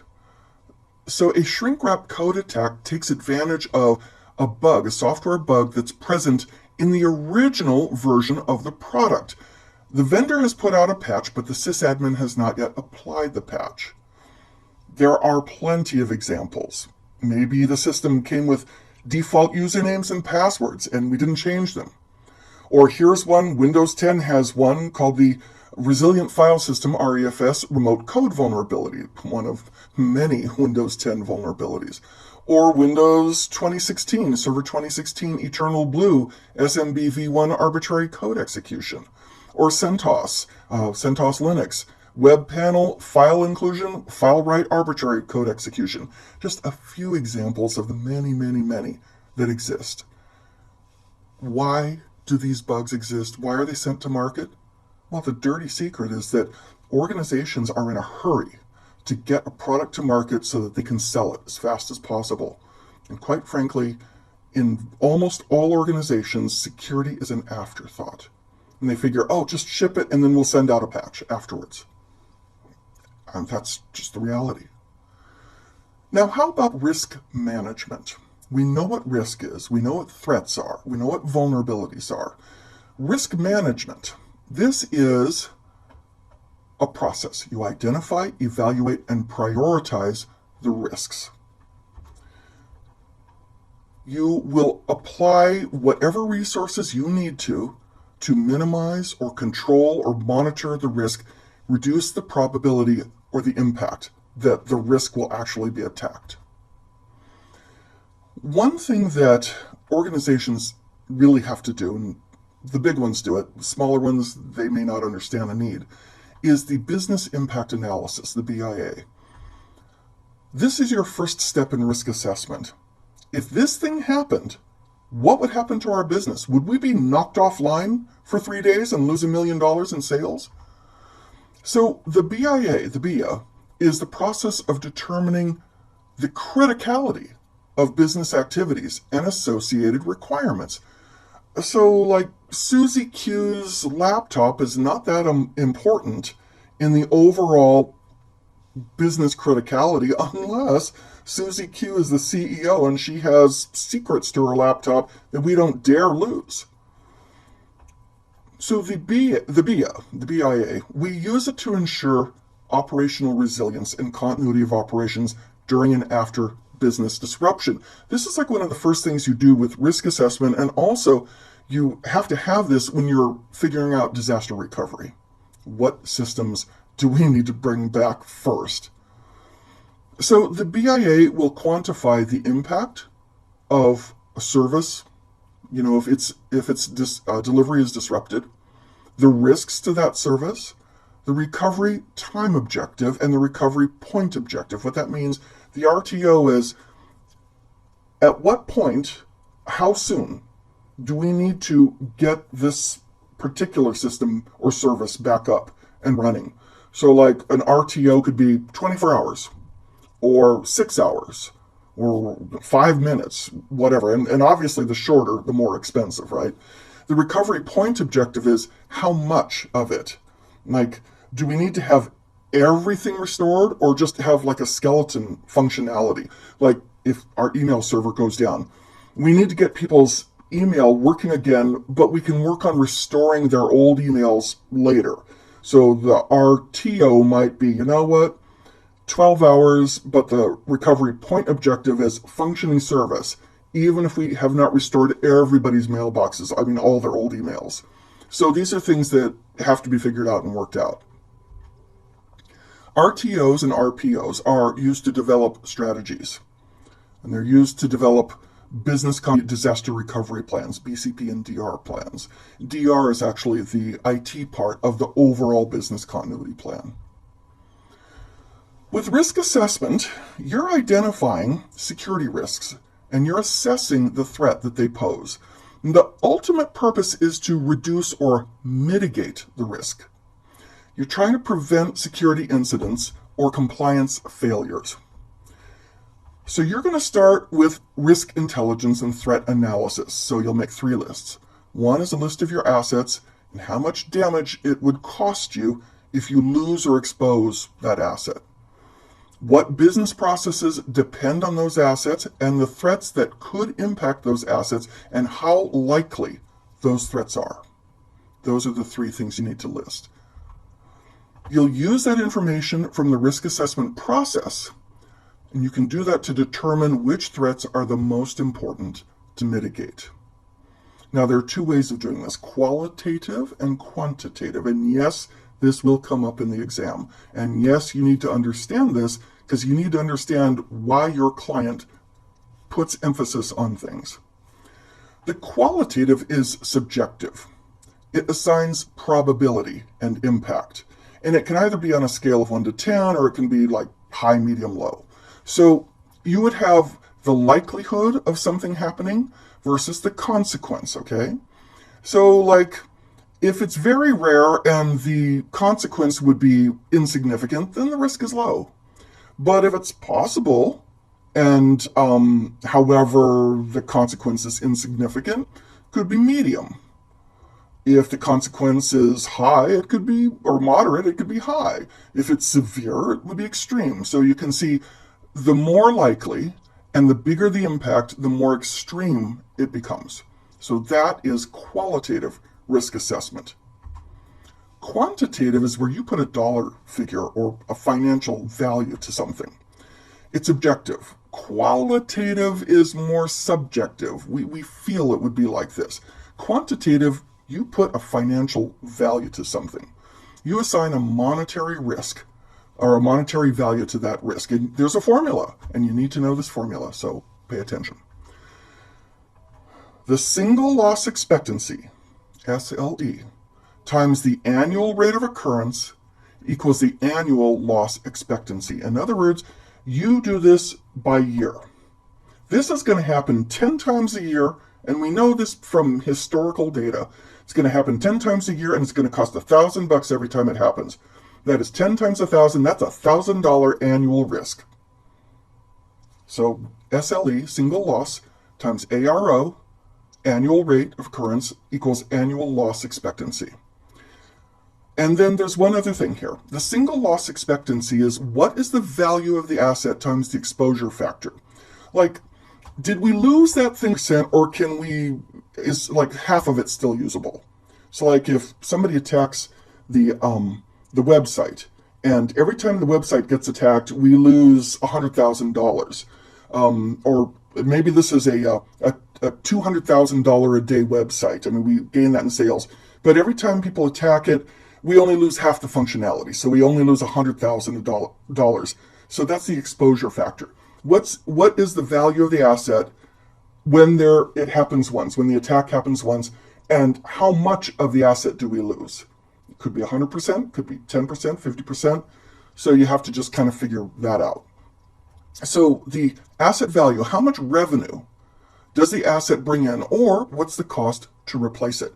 And then the exposure factor, the percentage of the AV that is lost on a single incident. The annual rate of occurrence is how many times over a year. Now, if it happens like over a couple years, then you amortize it. So like if this thing happens every other year, the annual rate of occurrence is half, not 1. If it happened every year, then the ARO would be 1 time every year, once a year. If it happens every 2 years, it'd be half, because it would be 1 divided by 2, it'd be half. Then the annual loss expectancy is annually, how much would this risk cost us? And you have to use data that you already know, either historical data from your own experience or from other similar businesses in an environment like yours. This allows you to concretely justify cost. We can say, hey, we know that if we don't update the antivirus and spend X amount on antivirus for all of our workstations, that we're going to lose X amount of productivity days, which equates to X amount of money. So let's take a look at an example. A hard drive fails every 3 years. I hope not. But anyway, here's our example, okay? A hard drive fails every 3 years. The cost to buy a new hard drive is $300. It will take 10 hours to restore the operating system and the software to a new hard disk. It will also take another 4 hours on top of those 10 hours to restore the database from the last backup to that new hard disk. In other words, 14 hours total. The recovery person earns $10 an hour. They better earn a lot more these days, but this is our example, just to make it easy. Okay, so this person earns $10 an hour and it's going to take them 14 hours. That is $140 in labor cost right off the bat. You need to calculate the single loss expectancy, the annual rate of occurrence, and the annual loss expectancy. Okay, let's do that. Let's assume that the exposure factor is 100%. You lose the drive, there ain't nothing to recover. Okay. What's the closest approximate cost of the replacement and recovery operation per year? Now, of course, this hard drive fails every 3 years, so let's figure out a single loss expectancy, and then we got to split it across 3 years. Divide it by 3. About $146. How did we get there? Let's take a look. Hard drive fails every 3 years. Annual rate of occurrence is about 1/3. I'm being a little generous here. 0.34. In reality, it'd be more like 0.33333333. Threes forever. The cost to buy a new hard drive in this case is $300. It's going to take 10 hours to restore the OS plus 4 more hours to restore the database with a 100% loss, so 100% exposure factor. The person doing it earns $10 an hour, all right? Which means 14 hours times $10 an hour, that's $140 plus 300 just for the hardware. That's $440 single loss expectancy. And we're not even calculating, does this thing impact our revenue on a daily basis? Okay, $300 to replace the hard drive. The labor is 10 plus 4 hours times $10 an hour, 140. Single loss expectancy is $440. Following so far? Annual rate of occurrence once every 3 years. In other words, 1/3 per year. So the annual loss expectancy is $440 over 3. That's about $146, $147. Whip out your calculator. 440 divided by 3. So the closest approximate cost to the replacement recovery operation would be slightly more than $146. That's quantitative risk assessment. Yes, you will need to know how to do this. Finally, there's something called the line, also known as residual risk. You get to a point where it's not worth spending any more money or any more effort. You draw an imaginary line. Everything above the line is worth the time, effort, cost. Anything that is too expensive, too difficult, it's so unlikely it'll happen, it's not worth our trouble, that falls below the line. That's what we call the residual risk. It's because putting in the controls are too expensive. It's not worth protecting, not worth enough. It's so unlikely to happen. Or it's something we never foresaw. Or the impact would be very minor. What you do in the case of below the line stuff, residual risk, you just have a disaster recovery plan. And the disaster recovery plan, the DR plan, just catches everything that falls below the line. So that's residual risk. Now, you're pointing out all these risks to the client, or you're on the team that figures out does the risk assessment. What are the responses? Well, you could flat out avoid the risk.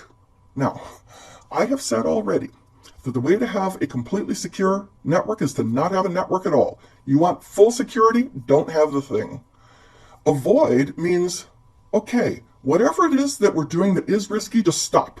Get rid of the asset or stop doing the thing that is causing the risk. That's avoidance. Don't be there in the first place.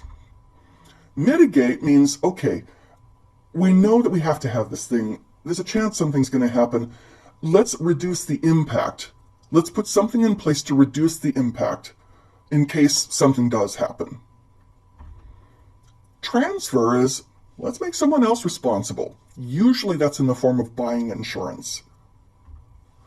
Except, hey, the risk could happen, but we're not going to do anything about it.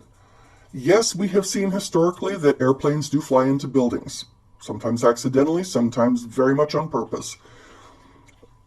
That's very rare, and we are not about to pick up and move our entire company to another HQ because of that risk. So we accept the risk. We're not going to do anything about it. And then there's the really bad strategy, rejecting the risk. This is where management says, that's not even going to happen. Not. Any management that says that, they got to pull their head out. So let's take a look at this example here. An internet marketing company decides they don't want to follow the rules for the General Data Protection, the EU rules, because it would create too much work for them. They wanted to buy insurance, but no insurance company would write a policy to cover any fines they might receive. They considered how much the fines might be and decided to ignore the regulation and its requirements because the fines, if it does happen, it's cheaper to pay the fine than to put the controls in place to hopefully eliminate or greatly reduce the risk. In this case, they chose to accept the risk. They chose to accept the risk because it just wasn't, they did a cost-benefit analysis and they said, you know what, we might get busted here and there and it's just cheaper to pay the fine and keep going. In this case, they did try to transfer the risk, but they couldn't. They didn't reject the risk. They realize it could happen. They're just not going to do anything about it. If they get caught, they're okay with paying the fine. So this is our look at risk. Identifying it, managing it, having strategies, quantifying it, determining, what's above the line, what's below the line. How are we going to deal with it? Risk. And now, on to our next topic.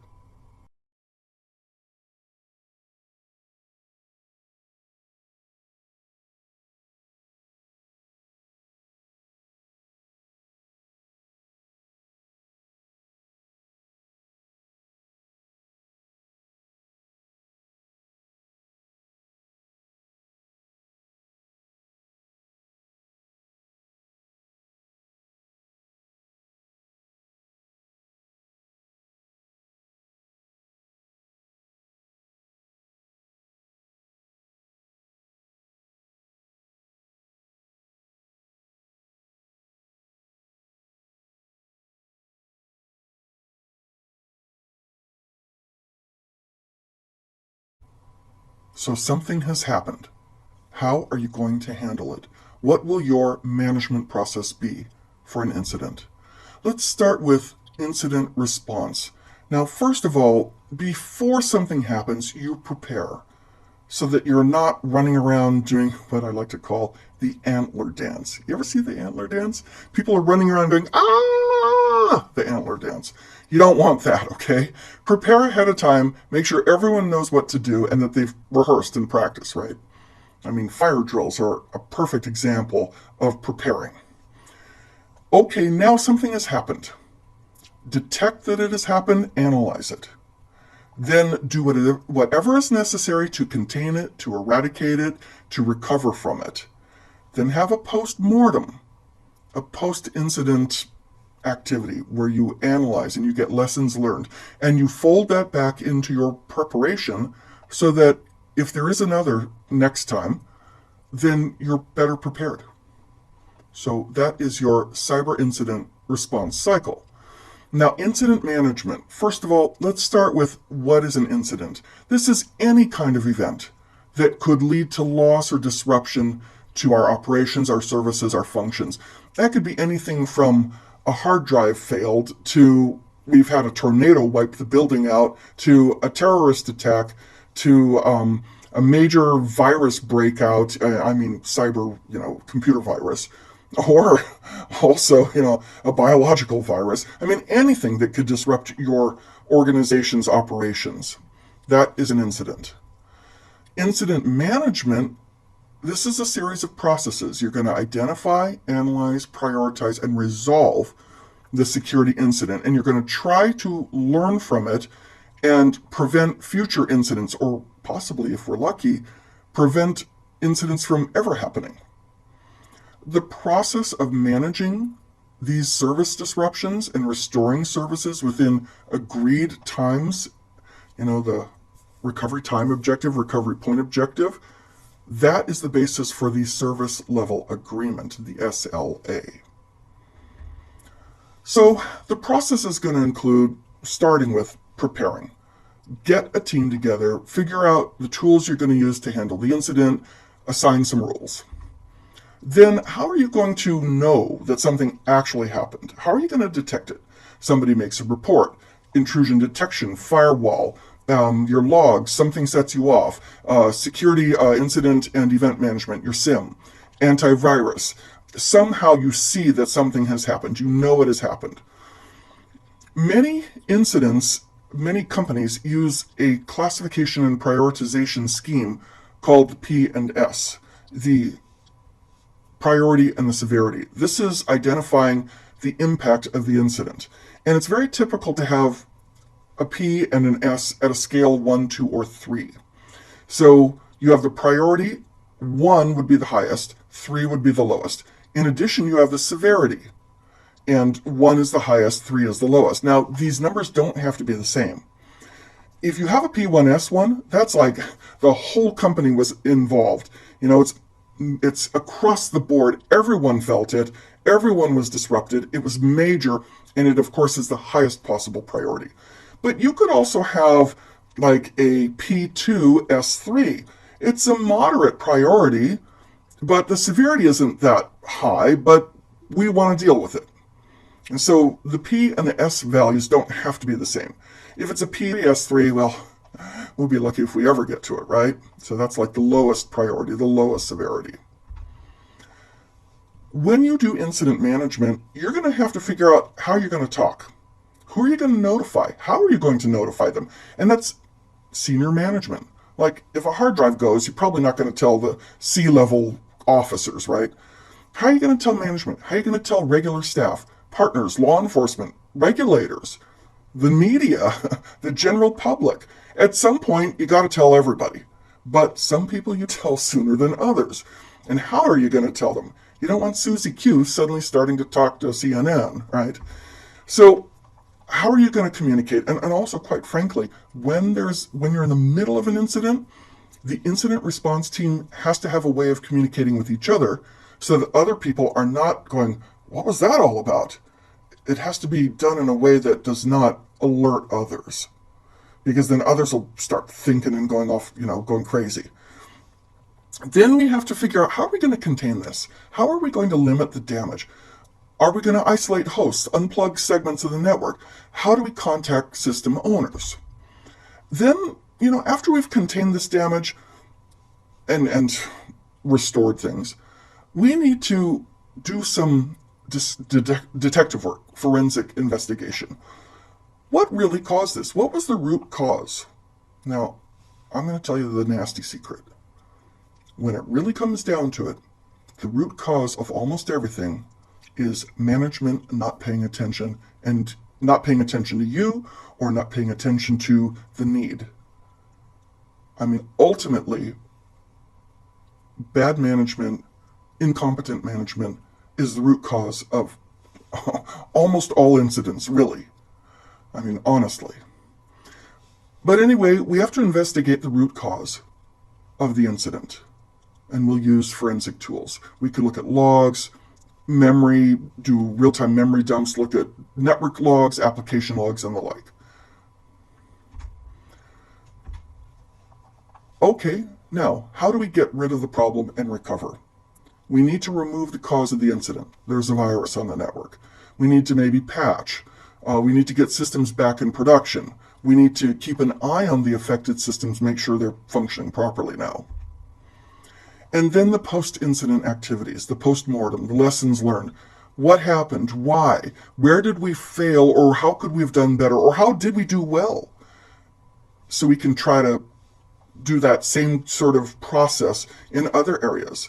We need to transfer knowledge. And we need to look at this and say, okay, Knowing what we know now, from what we've learned, how can we improve the controls so that the future risk is reduced? So what are the responsibilities of the incident response team? You're going to manage security issues proactively. Try to get ahead. Don't just put out fires. Try to make sure that you take care of things before they happen so that they don't really happen. And make sure that you can respond effectively when something does happen. You'll develop and review processes and procedures, and you really need upper management. You'll also need to work with your legal team and regulators to make sure that you are following regulatory requirements. Like, I'll tell you, you can be in the middle of the worst disaster, but your industry might still require that you protect personal information, health records, something like that. Being in the middle of even the worst disaster, natural or man-made, does not exempt you from still being in compliance with regulatory requirements and legal requirements. That's an eye-opener, isn't it? You'll want a single point of contact for reporting security incidents. And you'll want to manage the response to the incident, make sure all the procedures are followed properly to minimize and control damage.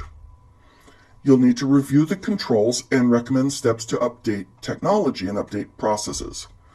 You'll need to identify and analyze the incident, including the impact. Work with law enforcement, government agencies, partners, and suppliers. So let's take a look at a scenario here, okay? You just found out that there was an unauthorized data spillage, and it's occurring on someone's computer. You don't yet know how this is happening. You go to the computer, you disconnect it from the network, you remove the keyboard and the mouse, you power the computer down. What step in incident handling did you just complete by going and disconnecting it and turning it off and taking the keyboard and the mouse? You just did containment. You reduced the impact. Now, in other classes, we discuss whether or not you want to remove something off the network or power it down because you might want to preserve evidence, but that's a whole other story and not for this class. So that is incident management, incident response. And now let's move on.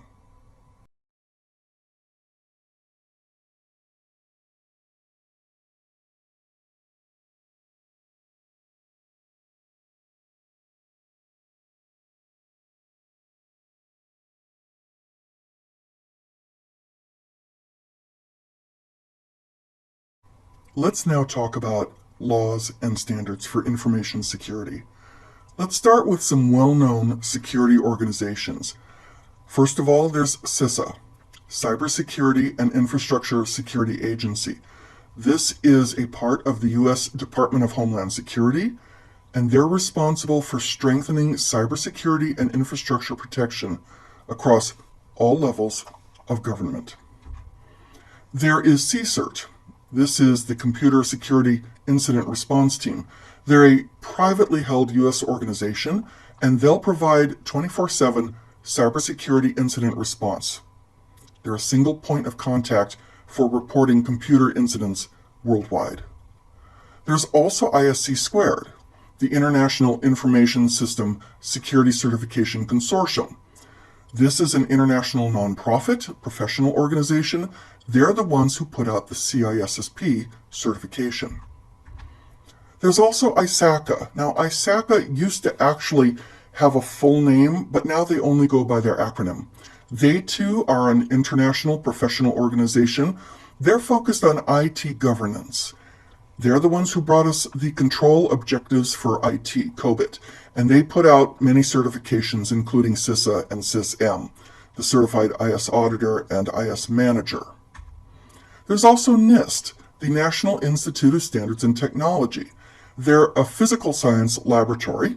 They're non-regulatory. They're in the U.S., and their whole mission is to promote American innovation, industrial competitiveness, but they have lab programs that include nanoscale science and technology, engineering, IT, neutron research, material measurement, physical measurement.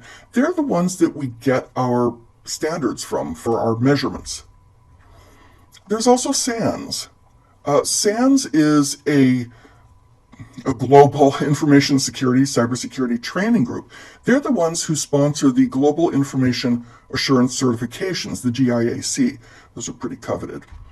There's also OWASP. This is an open source group. They are a community effort, and their whole mission is to improve security of software, basically to train software developers to build security into their work. They provide freely available articles, methodologies, document technologies, and I'll tell you, and it's not just for web apps because they also provide for mobile apps as well. I'll tell you, everybody refers to OWASP. OWASP is so highly regarded when they talk about the OWASP top 10 of mobile or of application security or of this or of that. So they provide all their stuff for free, and including training platforms and tools. Now, you're not an attorney. Well, probably you're not, right? As an IT person, as an ethical hacker, I don't expect you to be a lawyer. But you still need to be aware of security standards, and then we'll get into the laws as well. ISO 27000 series, 27002 and 17799. These specify requirements for launching, instigating, keeping, and continually improving an organization's information security management system. It includes requirements needed to assess and treat data security risks tailored to your organization's needs. There's also the ISO 27001 series from 2013. Specifies requirements for establishing, implementing, maintaining, and improving a security management system for an organization. There is the IT Infrastructure Library, ITIL. This is an operational framework for standardizing IT management procedures. There's Control Objectives for IT, COBIT. ISACA put this out, popular framework for handling IT governance and management for any organization in any industry. CSIRT, we know about those folks, we talked about them. There's the Payment Card Industry Data Security Standard, PCI DSS. This is not a regulation, it is an industry standard. It's voluntary, but people, if you want to do business with payment cards, you adhere to it. It's an industry standard to protect cardholder information for debit cards, credit cards, prepaid cards, e-purse, ATM, point-of-sale cards. It applies to all entities involved in payment processing, Visa, MasterCard, etc. PCI DSS has recommendations. Encrypt all transmissions of cardholder data over any public network. Limit access to cardholder data to as few individuals as possible. Use a firewall between the public network and the payment card data. Like I said, it's an industry standard. It's not a regulatory requirement. It's voluntary, but everyone has adopted it. Now we have the U.S. government security controls. Here are just a few. NIST Special Publication 800 TAC 53. This is security and privacy controls for all U.S. federal information systems except those related to national security. There's NIST SP Special Publication 800 TAC 40, Patch and Vulnerability Management Program Framework. There's FISMA, so if you work in the federal government, whether you are foreign service, civil service, contractor, local employed staff, whatever, political appointee, if you work with the federal government, this was an update to the original federal government cybersecurity practices. And here are the laws. You've probably heard of many of these, if not all, and you'll need to know them in general. Like I said, you're not an attorney, but you need to know in general what they are and why they exist. There's HIPAA, Health Insurance Portability Accountability Act. It sets patient privacy standards. It protects patient health information from being disclosed without their consent or knowledge. It protects medical records and health information shared between doctors, hospitals, and insurance providers. There's Sarbanes-Oxley, also known as SARBOX or SOX. It requires publicly traded companies to submit to independent audits and to properly disclose financial information. It seeks to protect investors and the public. And I will tell you, having had to work with some of these auditors, they will always do an IT audit before they do a financial audit, because if they are not assured that the IT infrastructure and the data is protected, then what is the point of the financial audit? Because then everything is suspect. There's the Digital Millennium Copyright Act, DMCA. This is actually an implementation of two treaties that are for world property, intellectual property protection. It criminalizes production and dissemination of technology, devices, or services intended to circumvent copyright controls. There's GLBA, Gramm-Leach-Bliley. This protects confidentiality and integrity of personal information collected by financial institutions. There's FISMA, which we talked about before, provides a comprehensive framework for guaranteeing effectiveness of information security controls for the U.S. federal government, all its operations and assets. There's FITARA, Federal Information Technology Acquisition Reform Act, 2013. It was designed to change the framework that determines how the U.S. government purchases technology. So, like if we say, that technology is being produced in a country that is considered right now a foreign adversary, FITARA is going to indicate, well, we can't buy from them. And then there is the Cybersecurity Information Sharing Act, 2015. And we know that CISA, the organization, is part of this. So we're trying to improve cybersecurity in the U.S. We have an enhanced sharing of information about threats, and it allows sharing of internet traffic information between the U.S. government and technology and manufacturing companies. There is the Cybersecurity Enhancement Act. It's a voluntary public-private partnership to improve cybersecurity, strengthen cybersecurity research and development, workforce development and education, public awareness and preparedness. There's also the Federal Exchange Data Breach Notification Act. Health insurances are going to have to notify every individual whose personal information is known to have been acquired or accessed as a result of a breach of security. It applies to any system maintained by this exchange, and notification has to happen as soon as possible, but no later than 60 days after discovery of the breach. There is the National Cybersecurity Protection Advancement Act. So this law amends Homeland Security Act.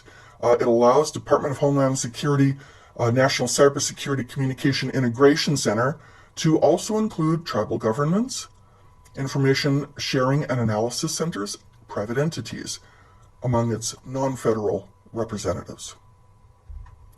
And finally, but not least, GDPR, the General Data Protection Regulation.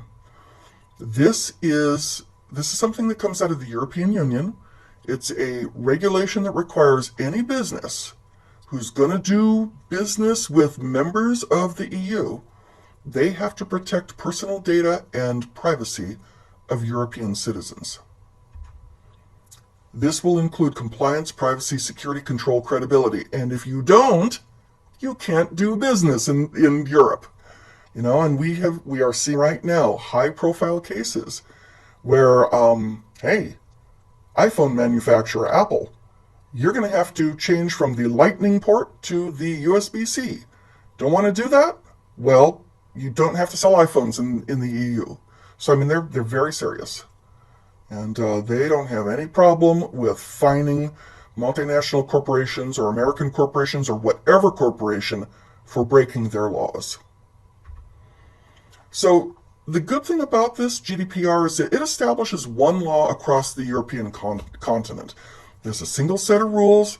It'll apply to any company, no matter where you're from, if you're doing business within EU member states. And that is GDPR.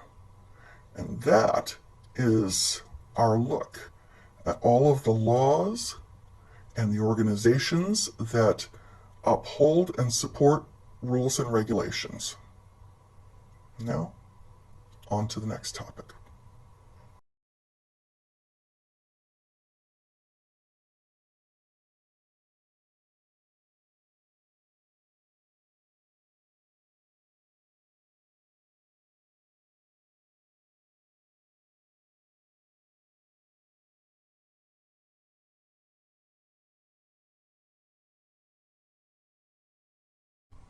Let's review the key points of our introduction to ethical hacking.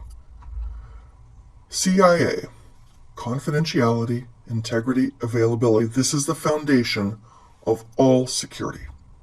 Security should be defense in depth, multi-layer. You apply it at every level. Hacking is the attempt to gain unauthorized access into a network or system. There are many types of hackers, from malicious to ethical. An advanced persistent threat, APT, is sponsored by a nation state, and it's the most dangerous of the type of hacker. Much of your damage will come from insider threats, and most of it is accidental. It's not intentionally malicious.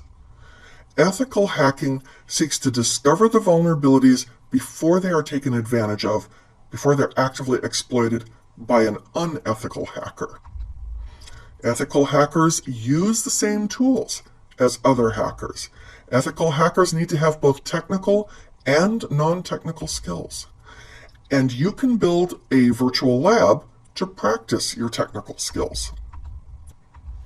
The cyber kill chain will outline all phases of an attack: reconnaissance, weaponization, delivery, exploitation, installation, command and control, and action on objectives. And now we have the MITRE attack framework, which is a more comprehensive matrix of tactics and techniques. It will identify attacks and define risk. It has 3 attack matrices, with categories and subcategories: enterprise, mobile, and IoT. Information assurance implements a security architecture and management program to maintain CIA throughout the enterprise. Policies are high-level, mandatory business rules set by management designed to safeguard information and information security. Procedures are step-by-step tasks to do something specific, achieve a specific security goal. Guidelines are recommendations. They're best practices. They're not mandatory, but they're a really good idea. Risk management identifies, evaluates, and prioritizes risk. It tries to reduce risk by security controls. A qualitative risk analysis is subjective. You assign relative probability and impact to a risk, whereas a quantitative, it's objective. You assign a monetary value to a risk, and it's based on the value of the asset value, the exposure factor, meaning how much would you lose in a single incident, a single loss expectancy in money, an annual rate of occurrence, how many times will this happen in a year, and if it happens like once every 10 years, then it's 0.1. If it happens every year, it's 1. If it happens twice a year, it's 2. If it happens every 5 years, it's 0.5. See that? So annual rate of occurrence, how often does it happen annually? And then finally, the annual loss expectancy. Risk response types: avoid, which means whatever we're doing to put ourselves at risk, you just don't do it. Mitigate, reduce the impact. Transfer, like buy insurance to make someone else pay for it. Accept, it's not worth trying to spend any money. It's so unlikely, or it would be so expensive to try to mitigate this, or maybe we can mitigate a little bit. We just accept it. Or, the absolute worst, reject. Oh no, we're fine, it'll never happen to us. Don't allow anybody to do that. Incident management is a set of processes that identifies, analyzes, prioritizes, and resolves security incidents and prevents incidents. There are many security organizations, laws, and standards that you, as an ethical hacker, should be aware of. And that is our look at Introduction to Ethical Hacking. Now let's move on.